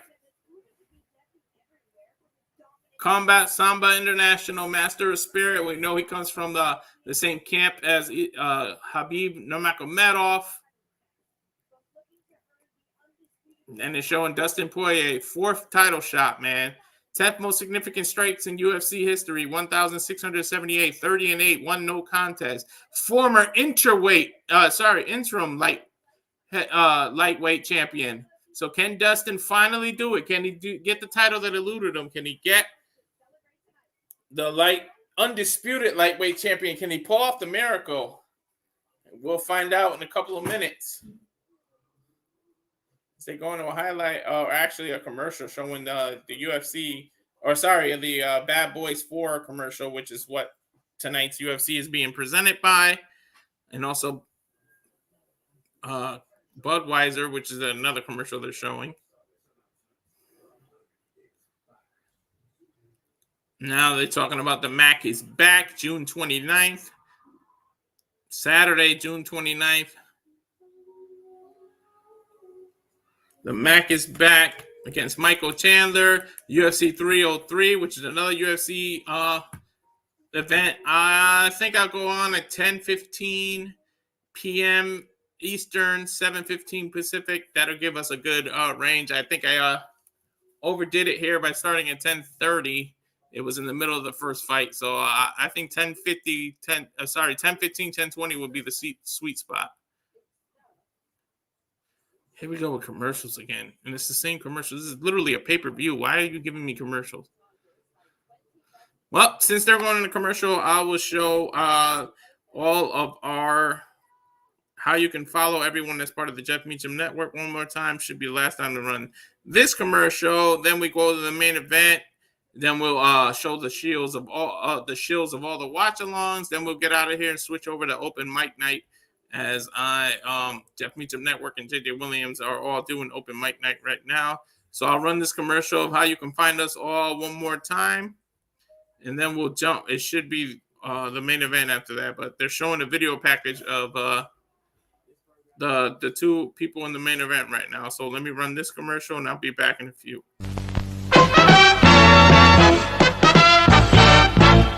And now, preview time. So let's take a look at what's coming your way.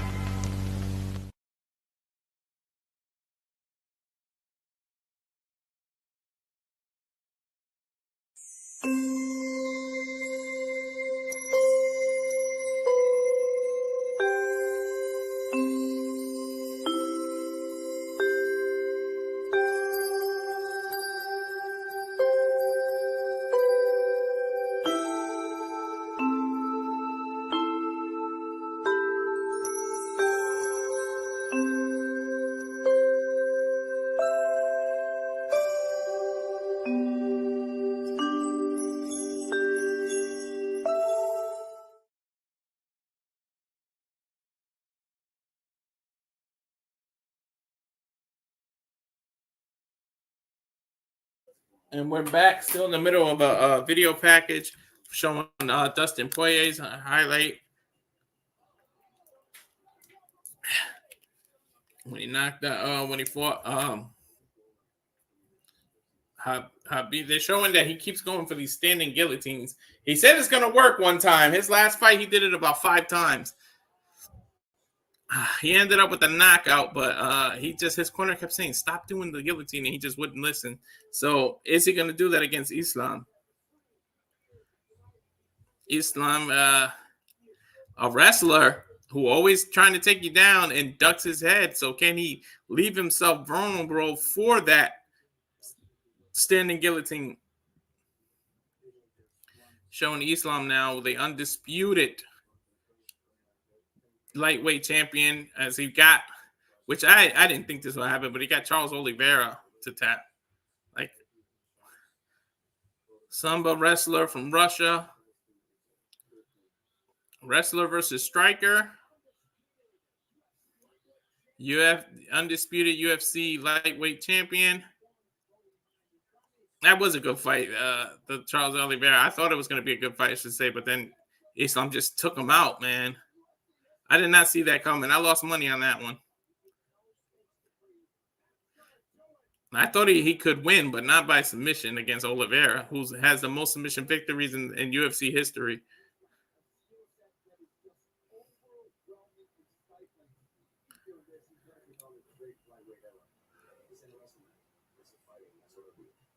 Dustin said, I'm a fighter. It's what I do. They showing the highlight when he took out Conor McGregor and knocked his ass out.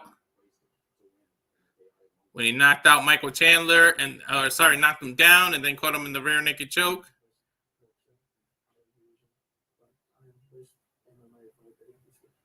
Islam saying, I'm the best MMA fighter.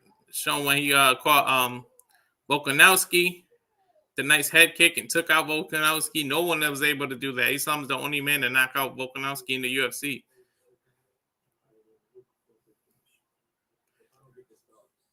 They both got some huge highlight reels, man. Huge knockout. Dustin just goes for it, man. Eddie Alvarez, Conor McGregor. The list goes on and on of people that Dustin beat.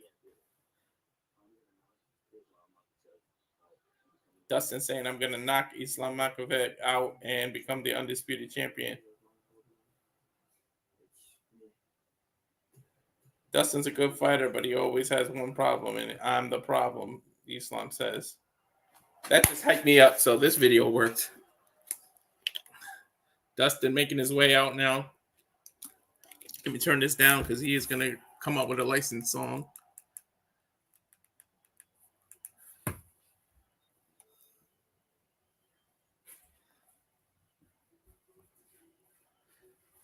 Can the Louisiana boy do it? Can he finally do what he couldn't do before and become undisputed light champion?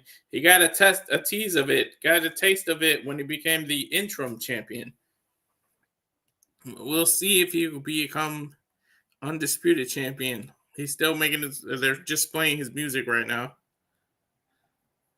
Dustin looking focused, giving the crowd handshakes, high fives, bouncing around, looks happy. Got gold UFC gloves. I don't think I've ever seen that.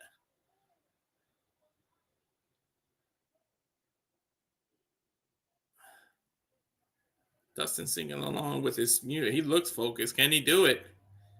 We'll find out. I don't know. Islam is going to...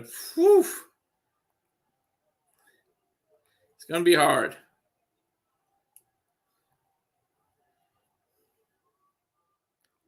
Definitely going to be hard for him.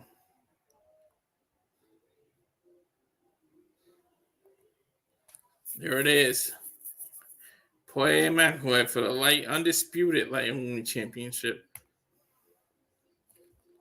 He made his way to the fight pit now, taking off his shoes, his shorts. His 40th MMA professional fight, Joe Rogan says. Shirt comes off. Lafayette, Louisiana's own. Dustin Poirier hugging his corner, giving everybody that. Turns to the cutman, gets ready to get his Vaseline on. Smiles, shows he has a mouthpiece. Taps, shows he has the cup.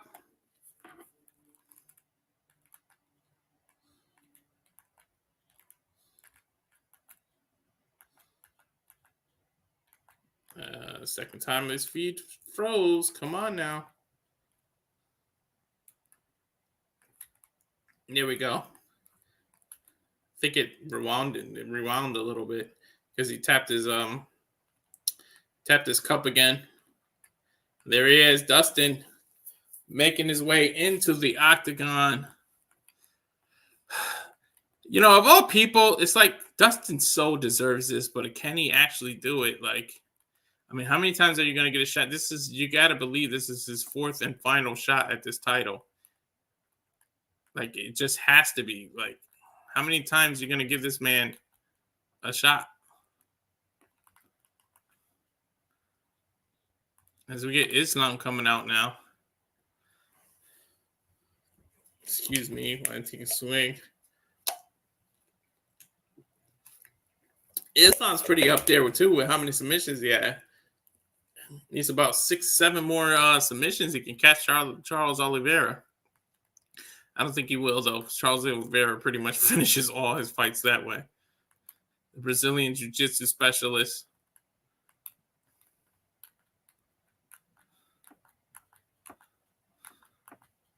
Islam making his way to the fight pit now.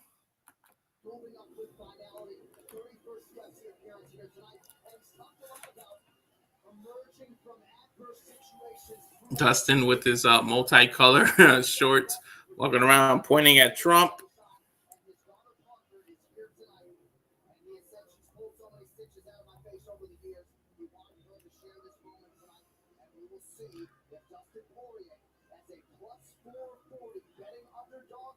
Dustin Poirier is a plus 440 betting underdog. I bet on him. I don't believe he's going to win, but just in case, just because when the odds are that good, you have to try.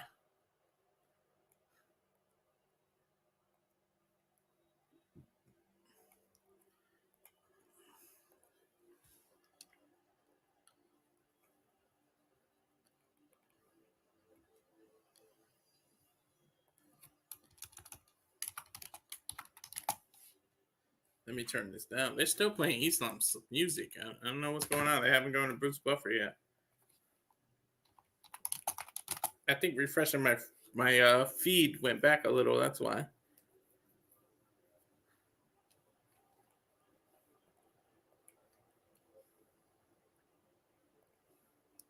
Trying to get them to show the tail of the tape here.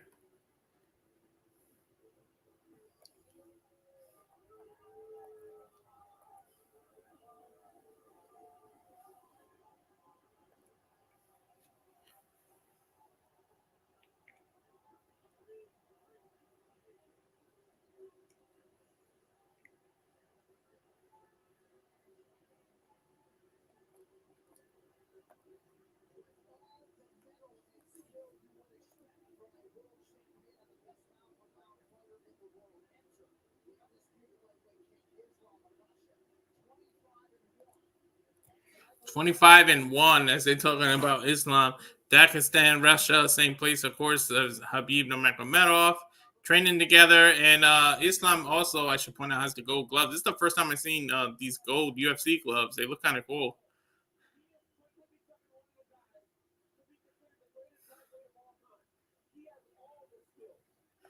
DC saying he has all the skills. Really high-level striker, submission specialist, a wrestler, and that's what puts him above everybody else because he has so many ways he can beat you. He knew at some point he would be here, he's saying. They're showing some stats. UFC lightweight champion, longest active UFC win streak, which is 13, third longest in UFC history. Highest strike accuracy in UFC lightweight division, 61.3%. So well over half of Islam's strikes land. Damn, that's a high percentage, 61.3. You would love to have that in basketball, make 61.3% of your shots. Joe Rogan said a ridiculous feat. They're showing the odds. Props to watch plus 275 by KO for Islam. Islam to win by submission plus 150. And then it disappeared before I can see the rest of it.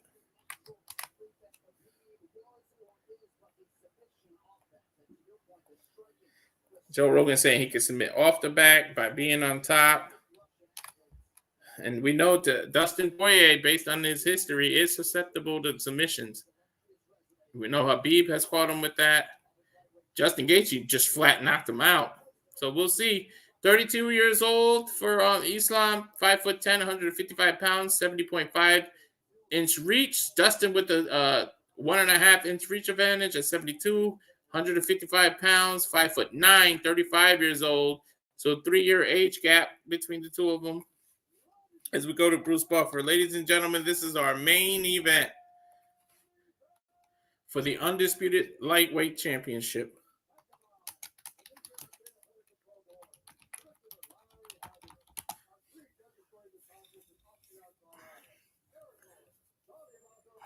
Judges are Eric Colon, San D'Amato.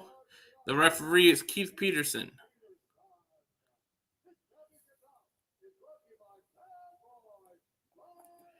So the main event brought to you by Bad Boys 4.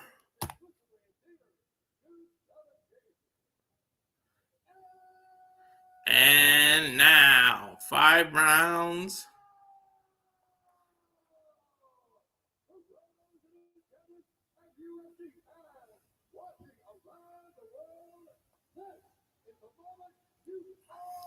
For the Undisputed Lightweight Championship.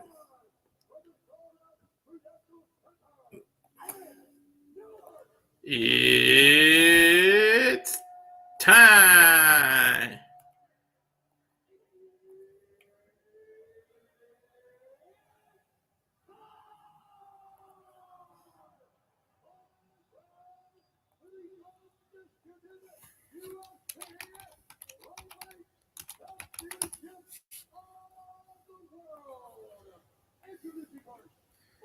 Finally getting to the introduction. They were milking that. Dustin Poirier, 30-8 with 1 no contest, 5'9", 155 pounds from Coconut Creek, Florida, minus 440 underdog.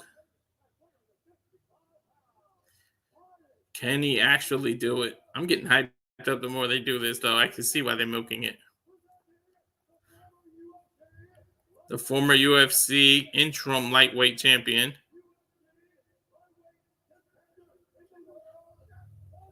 The number one contender in the world.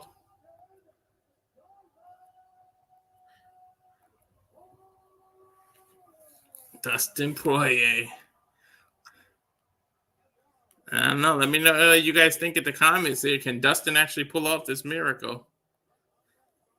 And if you bet it, man, minus 440, and if he wins, but Islam, man, 25-1, 5'10", 155 pounds, minus 600 favorite.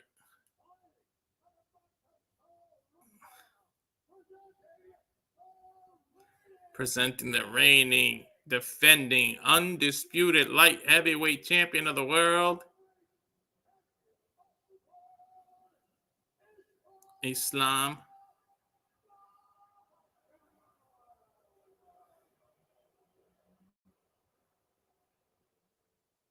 There we go. Referee giving them instructions. They meet in the center of the octagon. And as Joker once said on Batman, here we go. Dustin getting loose. DC getting happy here.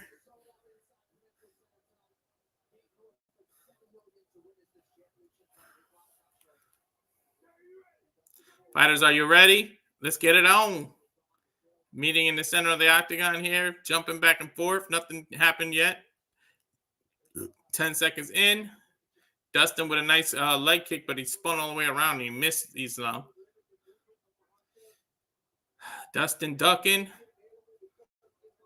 Pulling up on his shorts. Well, every time he does that, pulling his short, he's ready to bang. Islam going back and forth. Islam would try to do the push kick that Sean Strickland was doing, but Dustin caught it. Or actually backed out. Islam already going for a takedown. Dustin fighting it. Nope, got taken down. Islam's a great wrestler like Habib. Dustin's weakness already, 4-13, and he's already on his back. See what Dustin can do fighting the arms here. Dustin going inside. Islam going inside, outside. Dustin fighting wrist control. Dustin's safe right now from any kind of submission. He's holding Islam's head down, trying to get stood up, but Islam already setting up for Kimura. I can see what's about to happen. Dustin fighting his way out of it. Fans already booing because they wanted to see it on the thing. But of course, Islam's a wrestler. He's going to wrestle. And if that's Dustin's weakness, you exploit weaknesses. That's part of the fight strategy here. Islam with a couple of overheads, fighting from the top. But he can't pass Dustin's guard. Dustin is just holding him, man. Doesn't want to get caught in any of the submissions. Dustin's starting to get flattened out. Islam flattening his arms out. Gonna go for some kind of choke here. Or Kimura, like I said. Yep, here it is, Kimura. Dustin fighting his way out of it, though. Turns over. Armbar. Nope. Dustin's stomach is towards the ceiling now, and Islam is on his back. Already has the leg lock in. Dustin fighting wrist control. He's safe right now. But this is not where you want to be for the Louisiana native. Islam on your back, cranking on your neck, punching your ears. Dustin might get submitted. He's blocking. You got to fight the wrist, Dustin. You got to fight the wrist. Wrist control. Islam is setting up for the rear naked. I already see what he can do.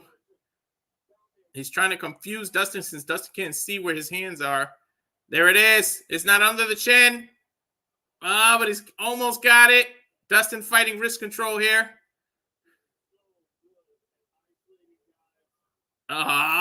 Islam almost has it, but it's too high up. It's not under the chin. It's like near the mouth and the nose. Islam using his hand to cover Dustin's nose and mouth, almost like suffocating him with his hand. If Dustin can spin and turn over, he'll be in Islam's guard.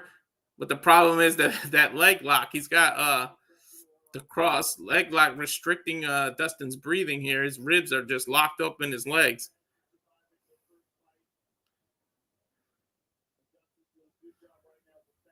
Dustin's defending. Nice wrist control. Islam's got it. The choke. Nope. Dustin slipped out. Good wrist control by Dustin here. Blocking side of his head. Islam trying to make his way on top, and he's got it under the chin. Oh, Dustin slipped out again. Nope. Islam got it again. Dustin's trying to turn over, but that leg lock is not letting him. Islam's trying to slide over the top to end up on top. Slide over the shoulder. Dustin doing a good job with wrist control, fighting, but of course, Islam's going to win this round on the wrestling, on the takedown, and the submission attempts. Dustin punching over his own head to try to hit Islam in the face. But the ground control time is already 3 minutes and 33 seconds for Islam. 36 seconds. Can Dustin survive here? Dustin going back to the wrist control. They're fighting over wrist control. Dustin's safe in the position he's in now. Even though it looks bad, he's safe from a submission. And as we all know, every round starts on their feet. 16 seconds left. Dustin so far is safe. He's still facing, like his stomach is facing the ceiling. Islam is behind him, or underneath him, I should say.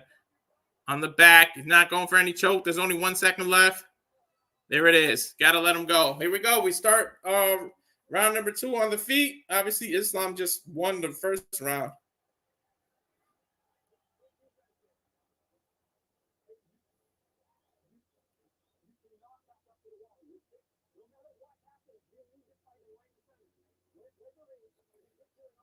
Dustin's crowd. Oh, yeah. Corner is screaming at him.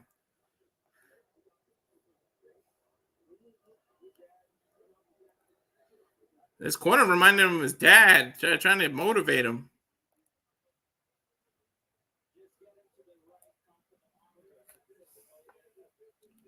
Islam's corner telling him just keep doing what you're doing. Habib is in his corner there.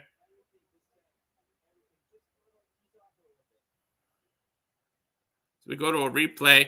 That Dustin started with nice 2 jabs to the head, and then Islam felt that and said, screw that, I'm taking it to the ground. He didn't want to feel those punches. He took away Dustin's weapons. That Kimura, man. Dustin put his fingers in the cage. Shouldn't have did that. Referee didn't catch it, but man, he went for that Kimura. Dustin was in trouble for the rest of the round. All right, here we go. Round number 2, starting in the center of the octagon. No punches have been thrown or anything. They're just kind of feeling. Dustin went for a kick, and Islam immediately took him down. Got a hold of his legs. Dustin's trying to get up, but his legs are constricted. Dustin with a couple punches. They're back on their feet. Nice jab by Dustin here. Islam immediately taking him. He does not want to stand up with Dustin.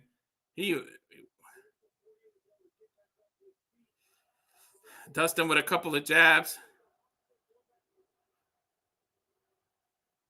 Crowd screaming USA.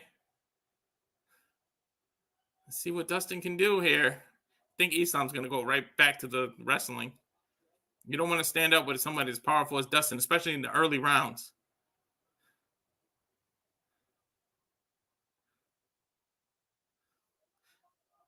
Couple of jabs. Nothing much happening right now. Dustin's just trying to measure for that one swing to catch Islam. Backing Islam down, pulling up on the short. Islam immediately went for the shoot. Dustin backs out, gets off his feet, back on his ground. They're hugging. Nice punch by Dustin. He kind of pulled Islam into him and then got him with a short uppercut. Islam looks a little nervous to stand up with him. That's why he keeps going right for the takedown.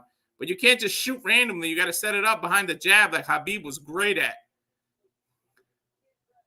Dustin back and forth, but not throwing. He's just rocking back and forth. I know what he's trying to set up. I don't know if you can catch Islam with it, but you can't. Islam with a nice jab of his own. Dustin just eats it. Couple of jabs back. 3 minutes left in round number 2. Islam with an elbow. Wow. Dustin looks frustrated. Nice couple of jabs. Surprised that Islam hasn't gone for the takedown again. Dustin with a couple more jabs. Islam coming in, pouring it on with the punches. If it stays on his feet, this is good for Dustin. USA, the crowd chanting. They're behind Louisiana here. If you're gonna fight standing, nice combo by Islam on his feet. But Dustin with a couple of jabs backed him up, went for the body, but Islam went back too far and he missed. Working behind the jab. Islam with the takedown attempt, got the one leg. If he grabs his other leg, it's over. Dustin's going down. They're on the fence. Dustin is turned to his side. Islam is trying to pull him down. Good wrist control by Islam. Dustin, good defense by Dustin so far in this round. He's got the single leg. If he grabs the other leg, it's over. Islam's taking him down. Oh, a reversal by Dustin. Now it's Dustin leaning on Islam. Islam's back is to the cage. But Islam's got that crazy grip. Nice punch to the wrist. Oh, my God, these body punches. Islam is eating them, but I know that hurts.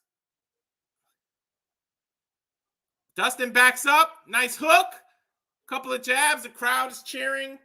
Wow, Dustin got out of that. I just want to see Dustin connect with one of these punches and see if Islam can take it. Nice cross. Behind the jab, Islam's going to go for the takedown. He can't take these punches. He just got dazzled. Like, he's already got a shiner. Islam has a shiner already.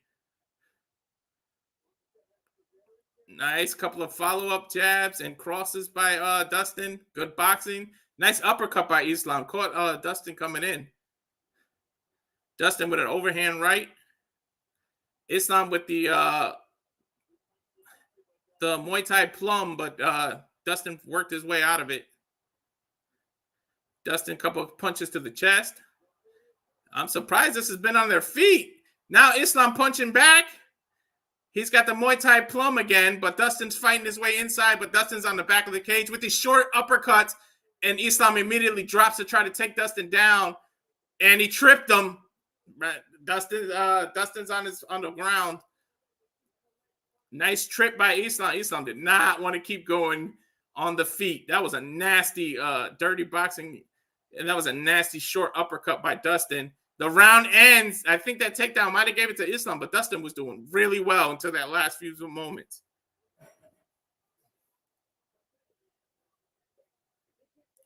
Dustin with a short. You can knock somebody out with a short uppercut that close and that holding each other like that. That's what Dustin wants to do. Avoid that takedown the whole round until that last second there. I don't know how much that takedown means to the judges because it was kind of a trip and then Dustin fell back. But we'll see if Dustin can have pulled out that round. The judges have done some weird stuff today. I can tell you that much. I can't believe they said Strickland lost a round. So we'll see.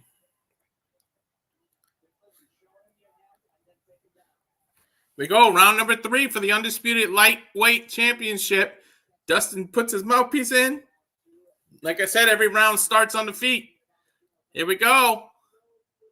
Referee saying, "Are you ready? Are you ready? Let him out. Are you ready? Yep. Let's go." Dustin with a couple jabs right off the rip. Islam, let's see. We're 10 seconds in. I want to see how long before Islam goes for the takedown. He does not want to stand up with Dustin. Dustin is fighting real low. I know he's looking for that uppercut. I know exactly what he's trying to do. He's trying to set Islam. So if he can catch Islam while Islam's trying to take him down with that uppercut, it's over for Dustin. Nice knee fight by Islam. Back Dustin up. Another uppercut with another knee. Nice. Islam taking it to Dustin. Backed him up into the fence. Now he's trying to go for a takedown. He took him down to the ground, and he's jumping on Dustin's back. Dustin trying to work his way back up, but Islam is riding his back.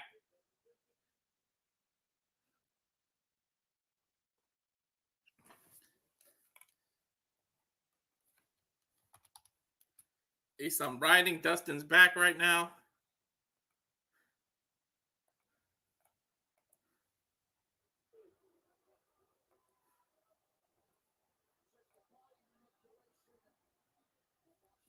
Dustin's on, Islam's on his back. Dustin's face down on the ground.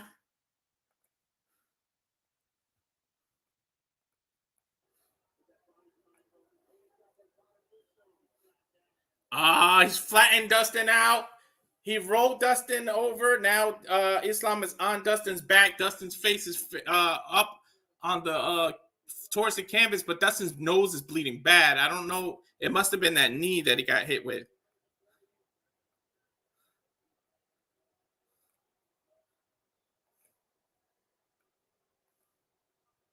Islam, Dustin's on top, but backwards, and he's getting choked.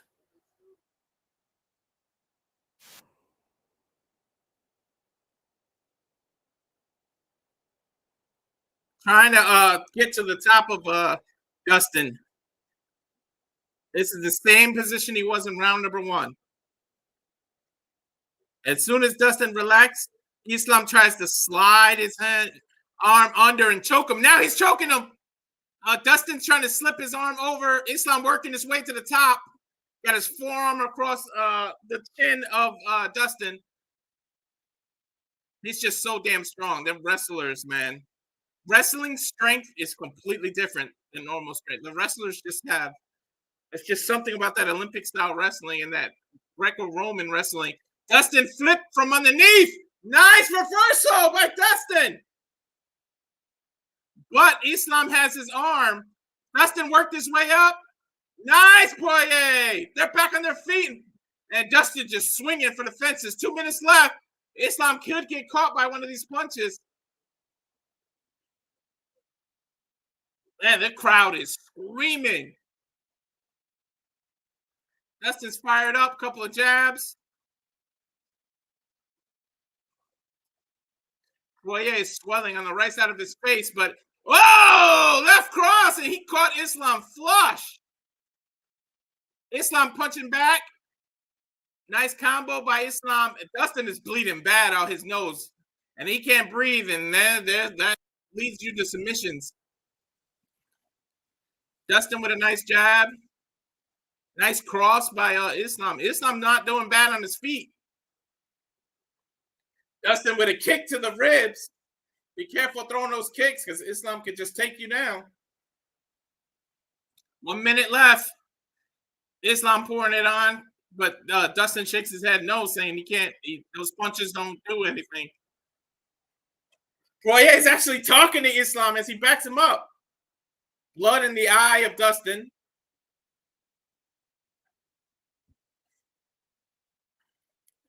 Something's bothering Dustin. He keeps wiping his head. I don't know if it's blood or his contact is out or something. Poirier keeps wiping his face. He's squinting his left eye. I don't know if there was an eye poke somewhere. It's giving him a lot of problems, and the commentary team pointed it out. Dustin stalking, though. Couple of jabs. Nice jab. That was a stiff jab, man. They're saying a punch affected that eye. 10 seconds left. Let's see if Dustin just tries to steal the round. Or not steal it, but just pours it on and make it look good at the end. Nice uppercut. Nice uppercut. Whoa, he's backing Islam up. And then taps him in the ass. They're going face to face, nose to nose, saying good fight. Again, while we go in between the rounds, I'd like to thank the 45 of you watching on both Twitter and YouTube. So please subscribe to the YouTube channel at Rage of Wrestling. We're showing Dustin. They're saying you're trouble with your eye. We know. We're trying to get the swelling down. They got the cold press. His nose is crooked. That knee really might have broke Dustin's nose. Dustin's saying, I'm good, bro. I'm good. He said, take him out to the body. It's there for you.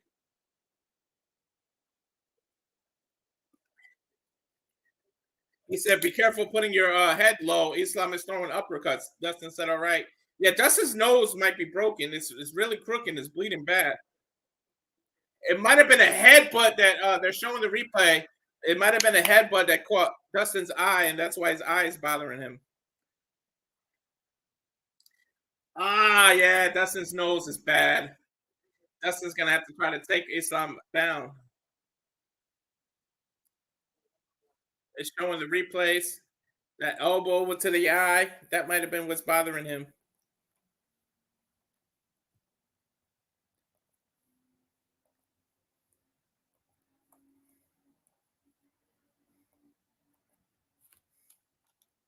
Showing the replay. Here we go.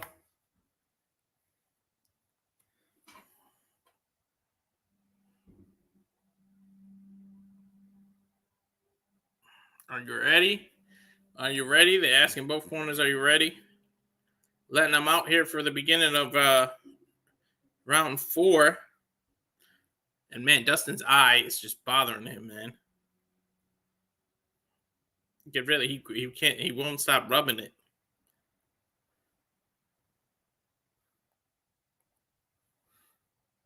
It's really, really bothering him.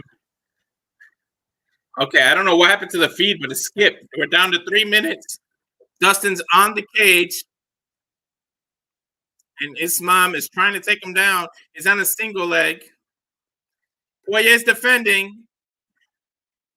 I don't know what happened to the feed. It must have been an internet thing, but we got 2 minutes and 48 seconds left. So I don't know what happened at the beginning of this round, but suddenly Islam has Dustin in the corner trying to take him down, and Dustin's just doing these little jabs and uppercuts to the body.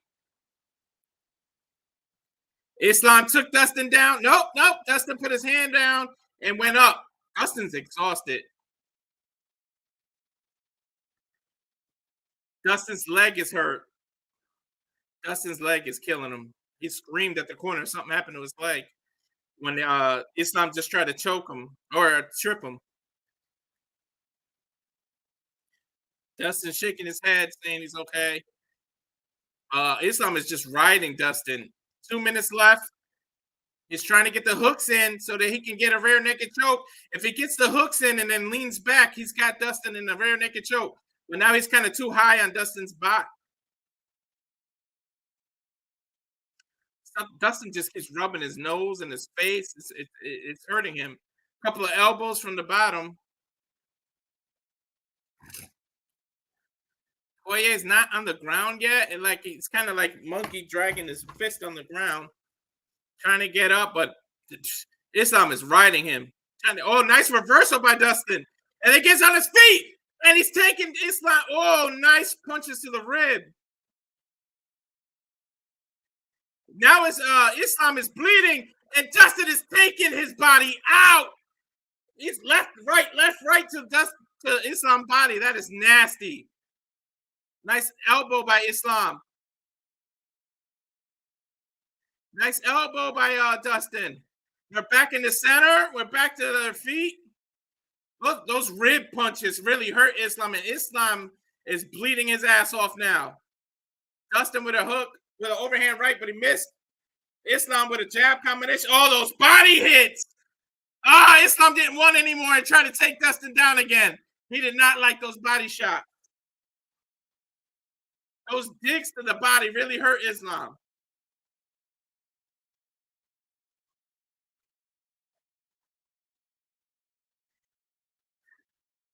Dustin is talking to Trump while he's fighting being taken down. Those body blows really, really hurt Islam. Nice elbow. Dustin leaning against the fence. 10 seconds left.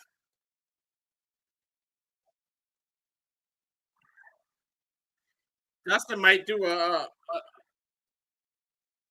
look at the blood that Islam is losing. They're talking to each other, man. It was an elbow by Dustin that caused Islam to bleed. Joe Rogan saying it's an interesting round. Those body shots, man. He's saying those body shots are huge. Islam's saying Islam's corner saying you're stronger than him. You're much fresher than him. Habib telling him you're winning all the rounds. You understand? You know him already. You have to take away this round no matter what you do. Leave everything in the cage. They're telling Islam. Leave it here now. Dustin's corner saying, leave it here. 5 minutes, you can be world champ. Dustin getting up, crowd on their feet. Dustin nodding. I guess they're asking him if he want to touch gloves. Round 5. So far, Islam is winning, except that 4th round, man. Those body shots, he was getting dug. A lot of people didn't think we'd get to the last 5 minutes, but here they are, Dustin and Islam. Makhachev in the 5th round.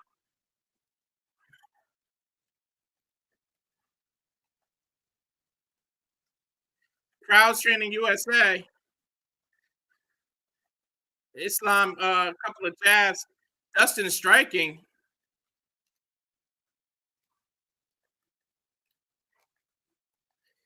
He's wrong, strong calf kick by Dustin. Islam right back to trying to take Dustin down. Dustin counters. Dustin's doing a good job of fighting.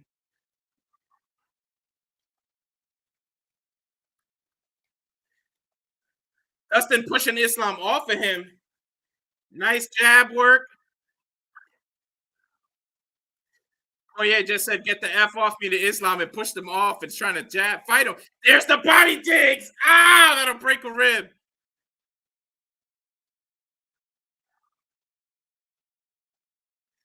Ah.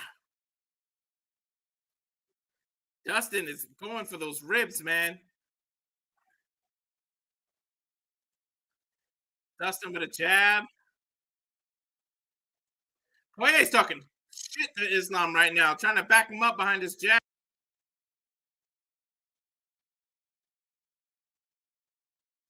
Let's go, Dustin, the crowd screaming. Dustin's corner saying it's there for you. 5 minutes, leave it all out there. Dustin with a nice left hand. Caught Islam. Islam is bleeding a lot.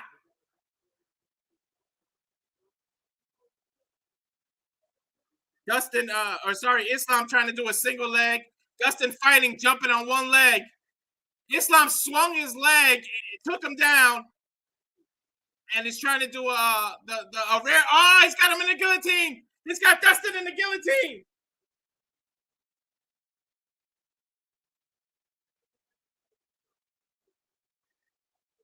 Dustin fighting the guillotine.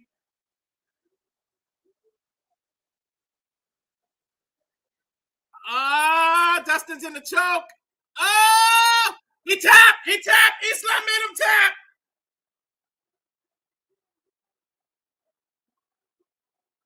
Dustin tapped.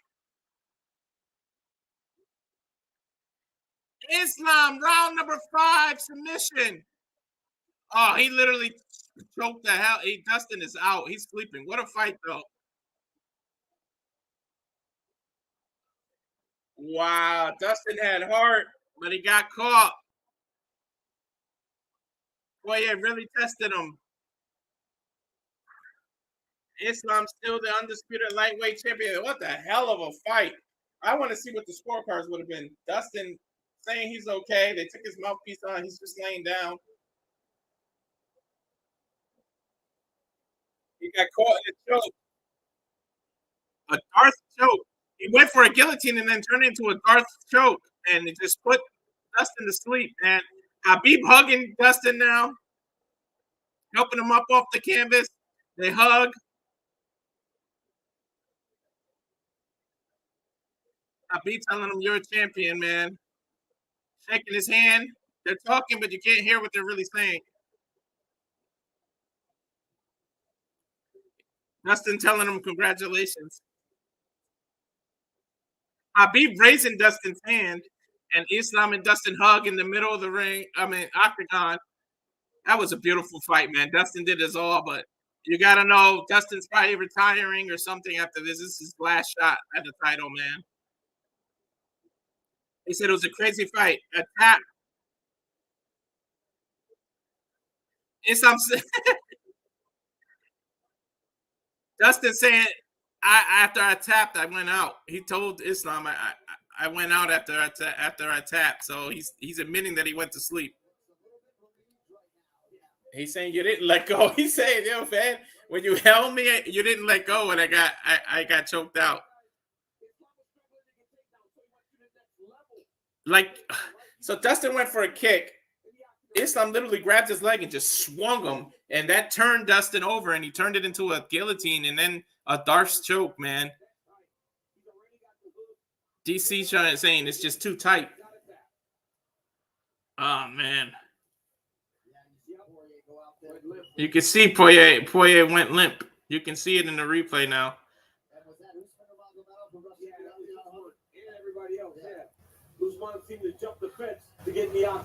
Wow, Dustin went out, man.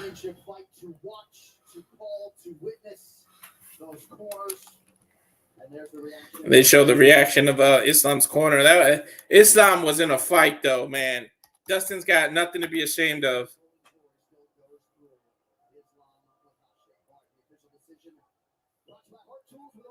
We're going to the official decision now. Ladies and gentlemen, referee has called the stop to this bout. 2 minutes, 43 seconds of round number 5.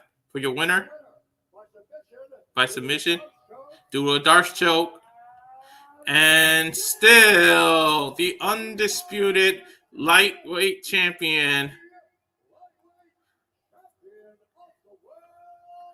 Islam Makhachev. Makhachev, I guess is how you say it. Now, interesting to see this Octagon interview, man.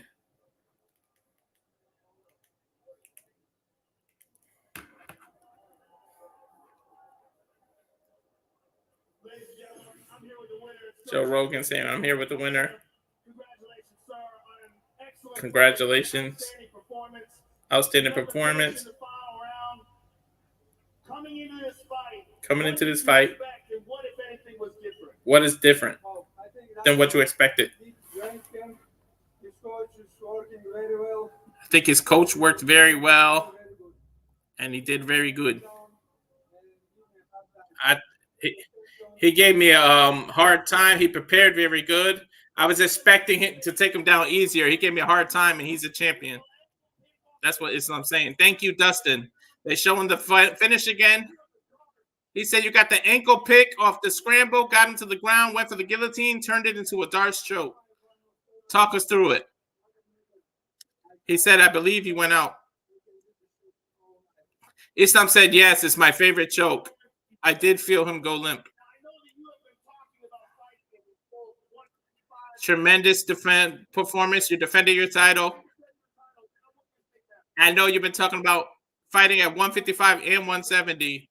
Haven't defended your title. What do you think now? It's my dream. I want to fight for the second belt. I'm still in energy, I guess. So he wants to be a 170 champ and 155 simultaneous champ. He said, I need a new challenge. And Joe saying, that's what you want to do next is fight for the 170 title. And Islam saying, this is my dream. All right. So can Islam be a two-weight division champion? We'll see. As Islam and Habib hug each other. Interesting to see what Dustin Poirier says. He's probably going to retire. I'm here with Dustin Poirier, ladies and gentlemen. We were just talking about your knee. Something happened somewhere in the fight. Yeah, over here before the wall, before I switched it. But I'm good. Dustin says. Tremendous fight. You had fantastic moments in the fight. Give us your thought about it now. Yeah, man, he's the champ. I thought I was trying to chip away at him, but he kept coming at me. I thought I was doing a good job at takedown defense, getting back to my feet, not giving up the positions or hooks. Stopped most of them to the open. He got to me down by the... He said that ankle pick and whip my leg was the end because my knee was already hurting. coming into the fight, you said you're 35 years old. After such a competitive fight for the title, what are your thoughts now? He said, I know I could compete with the best. It's just like if I do fight again, what am I fighting for? Just a fight? I've done it 50 times. I don't know. I have a little girl I love. I got to see. This might be it, Joe. Dustin's saying this might be it, Joe, because what's the point of fighting? Just a fight? He said, it's an honor to call your fights. Thank you, sir. If this is my last fight, I want to dedicate this journey to the people who made me the man I get, the women in my life, my daughter, my grandmother, my wife, my mother. I know I'm protected by your prayers. To my mother, we had a crazy life. I love you. Thanks for always having my back. To my wife, I love you so much. I wouldn't be standing here without you. Julie, I wouldn't be breathing if I am. To Parker, Daddy's fine. I love you so much. I'm proud of you. We're all right, baby. He's telling his daughter, always chase your dreams. Beautiful thing. I got to give it up to Dustin. If this is the last time we saw it, he went out on a shield. But he had a great career, interim champ. But he does have a point. What is there to keep fighting for if you're not going to be ever called yourself an undisputed champ?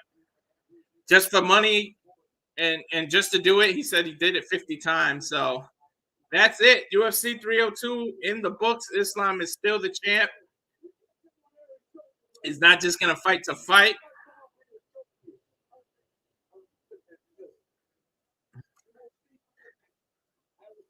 DC said you can't come and choke me because Islam is like playing with him. He said, I'll see you in the back. That's showing Trump and Islam shaking hands.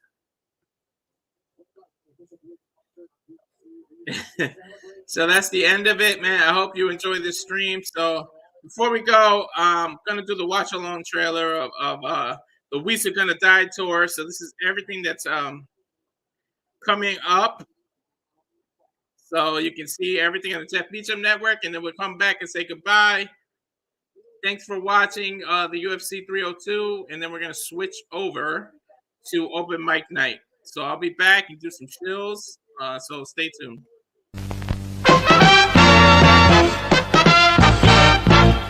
And now, preview time. So let's take a look at what's coming your way.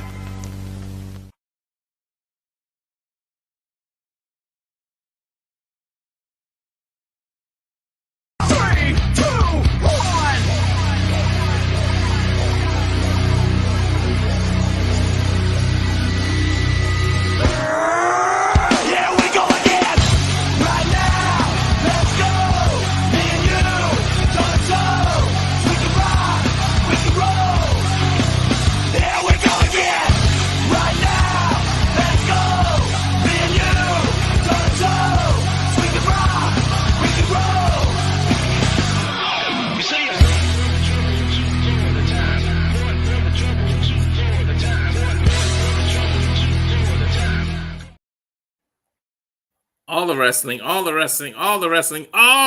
the professional wrestling, damn it. So shout out to Noah. Thanks again for everybody who's tuned in, as I still have 45 viewers. Thank you once again.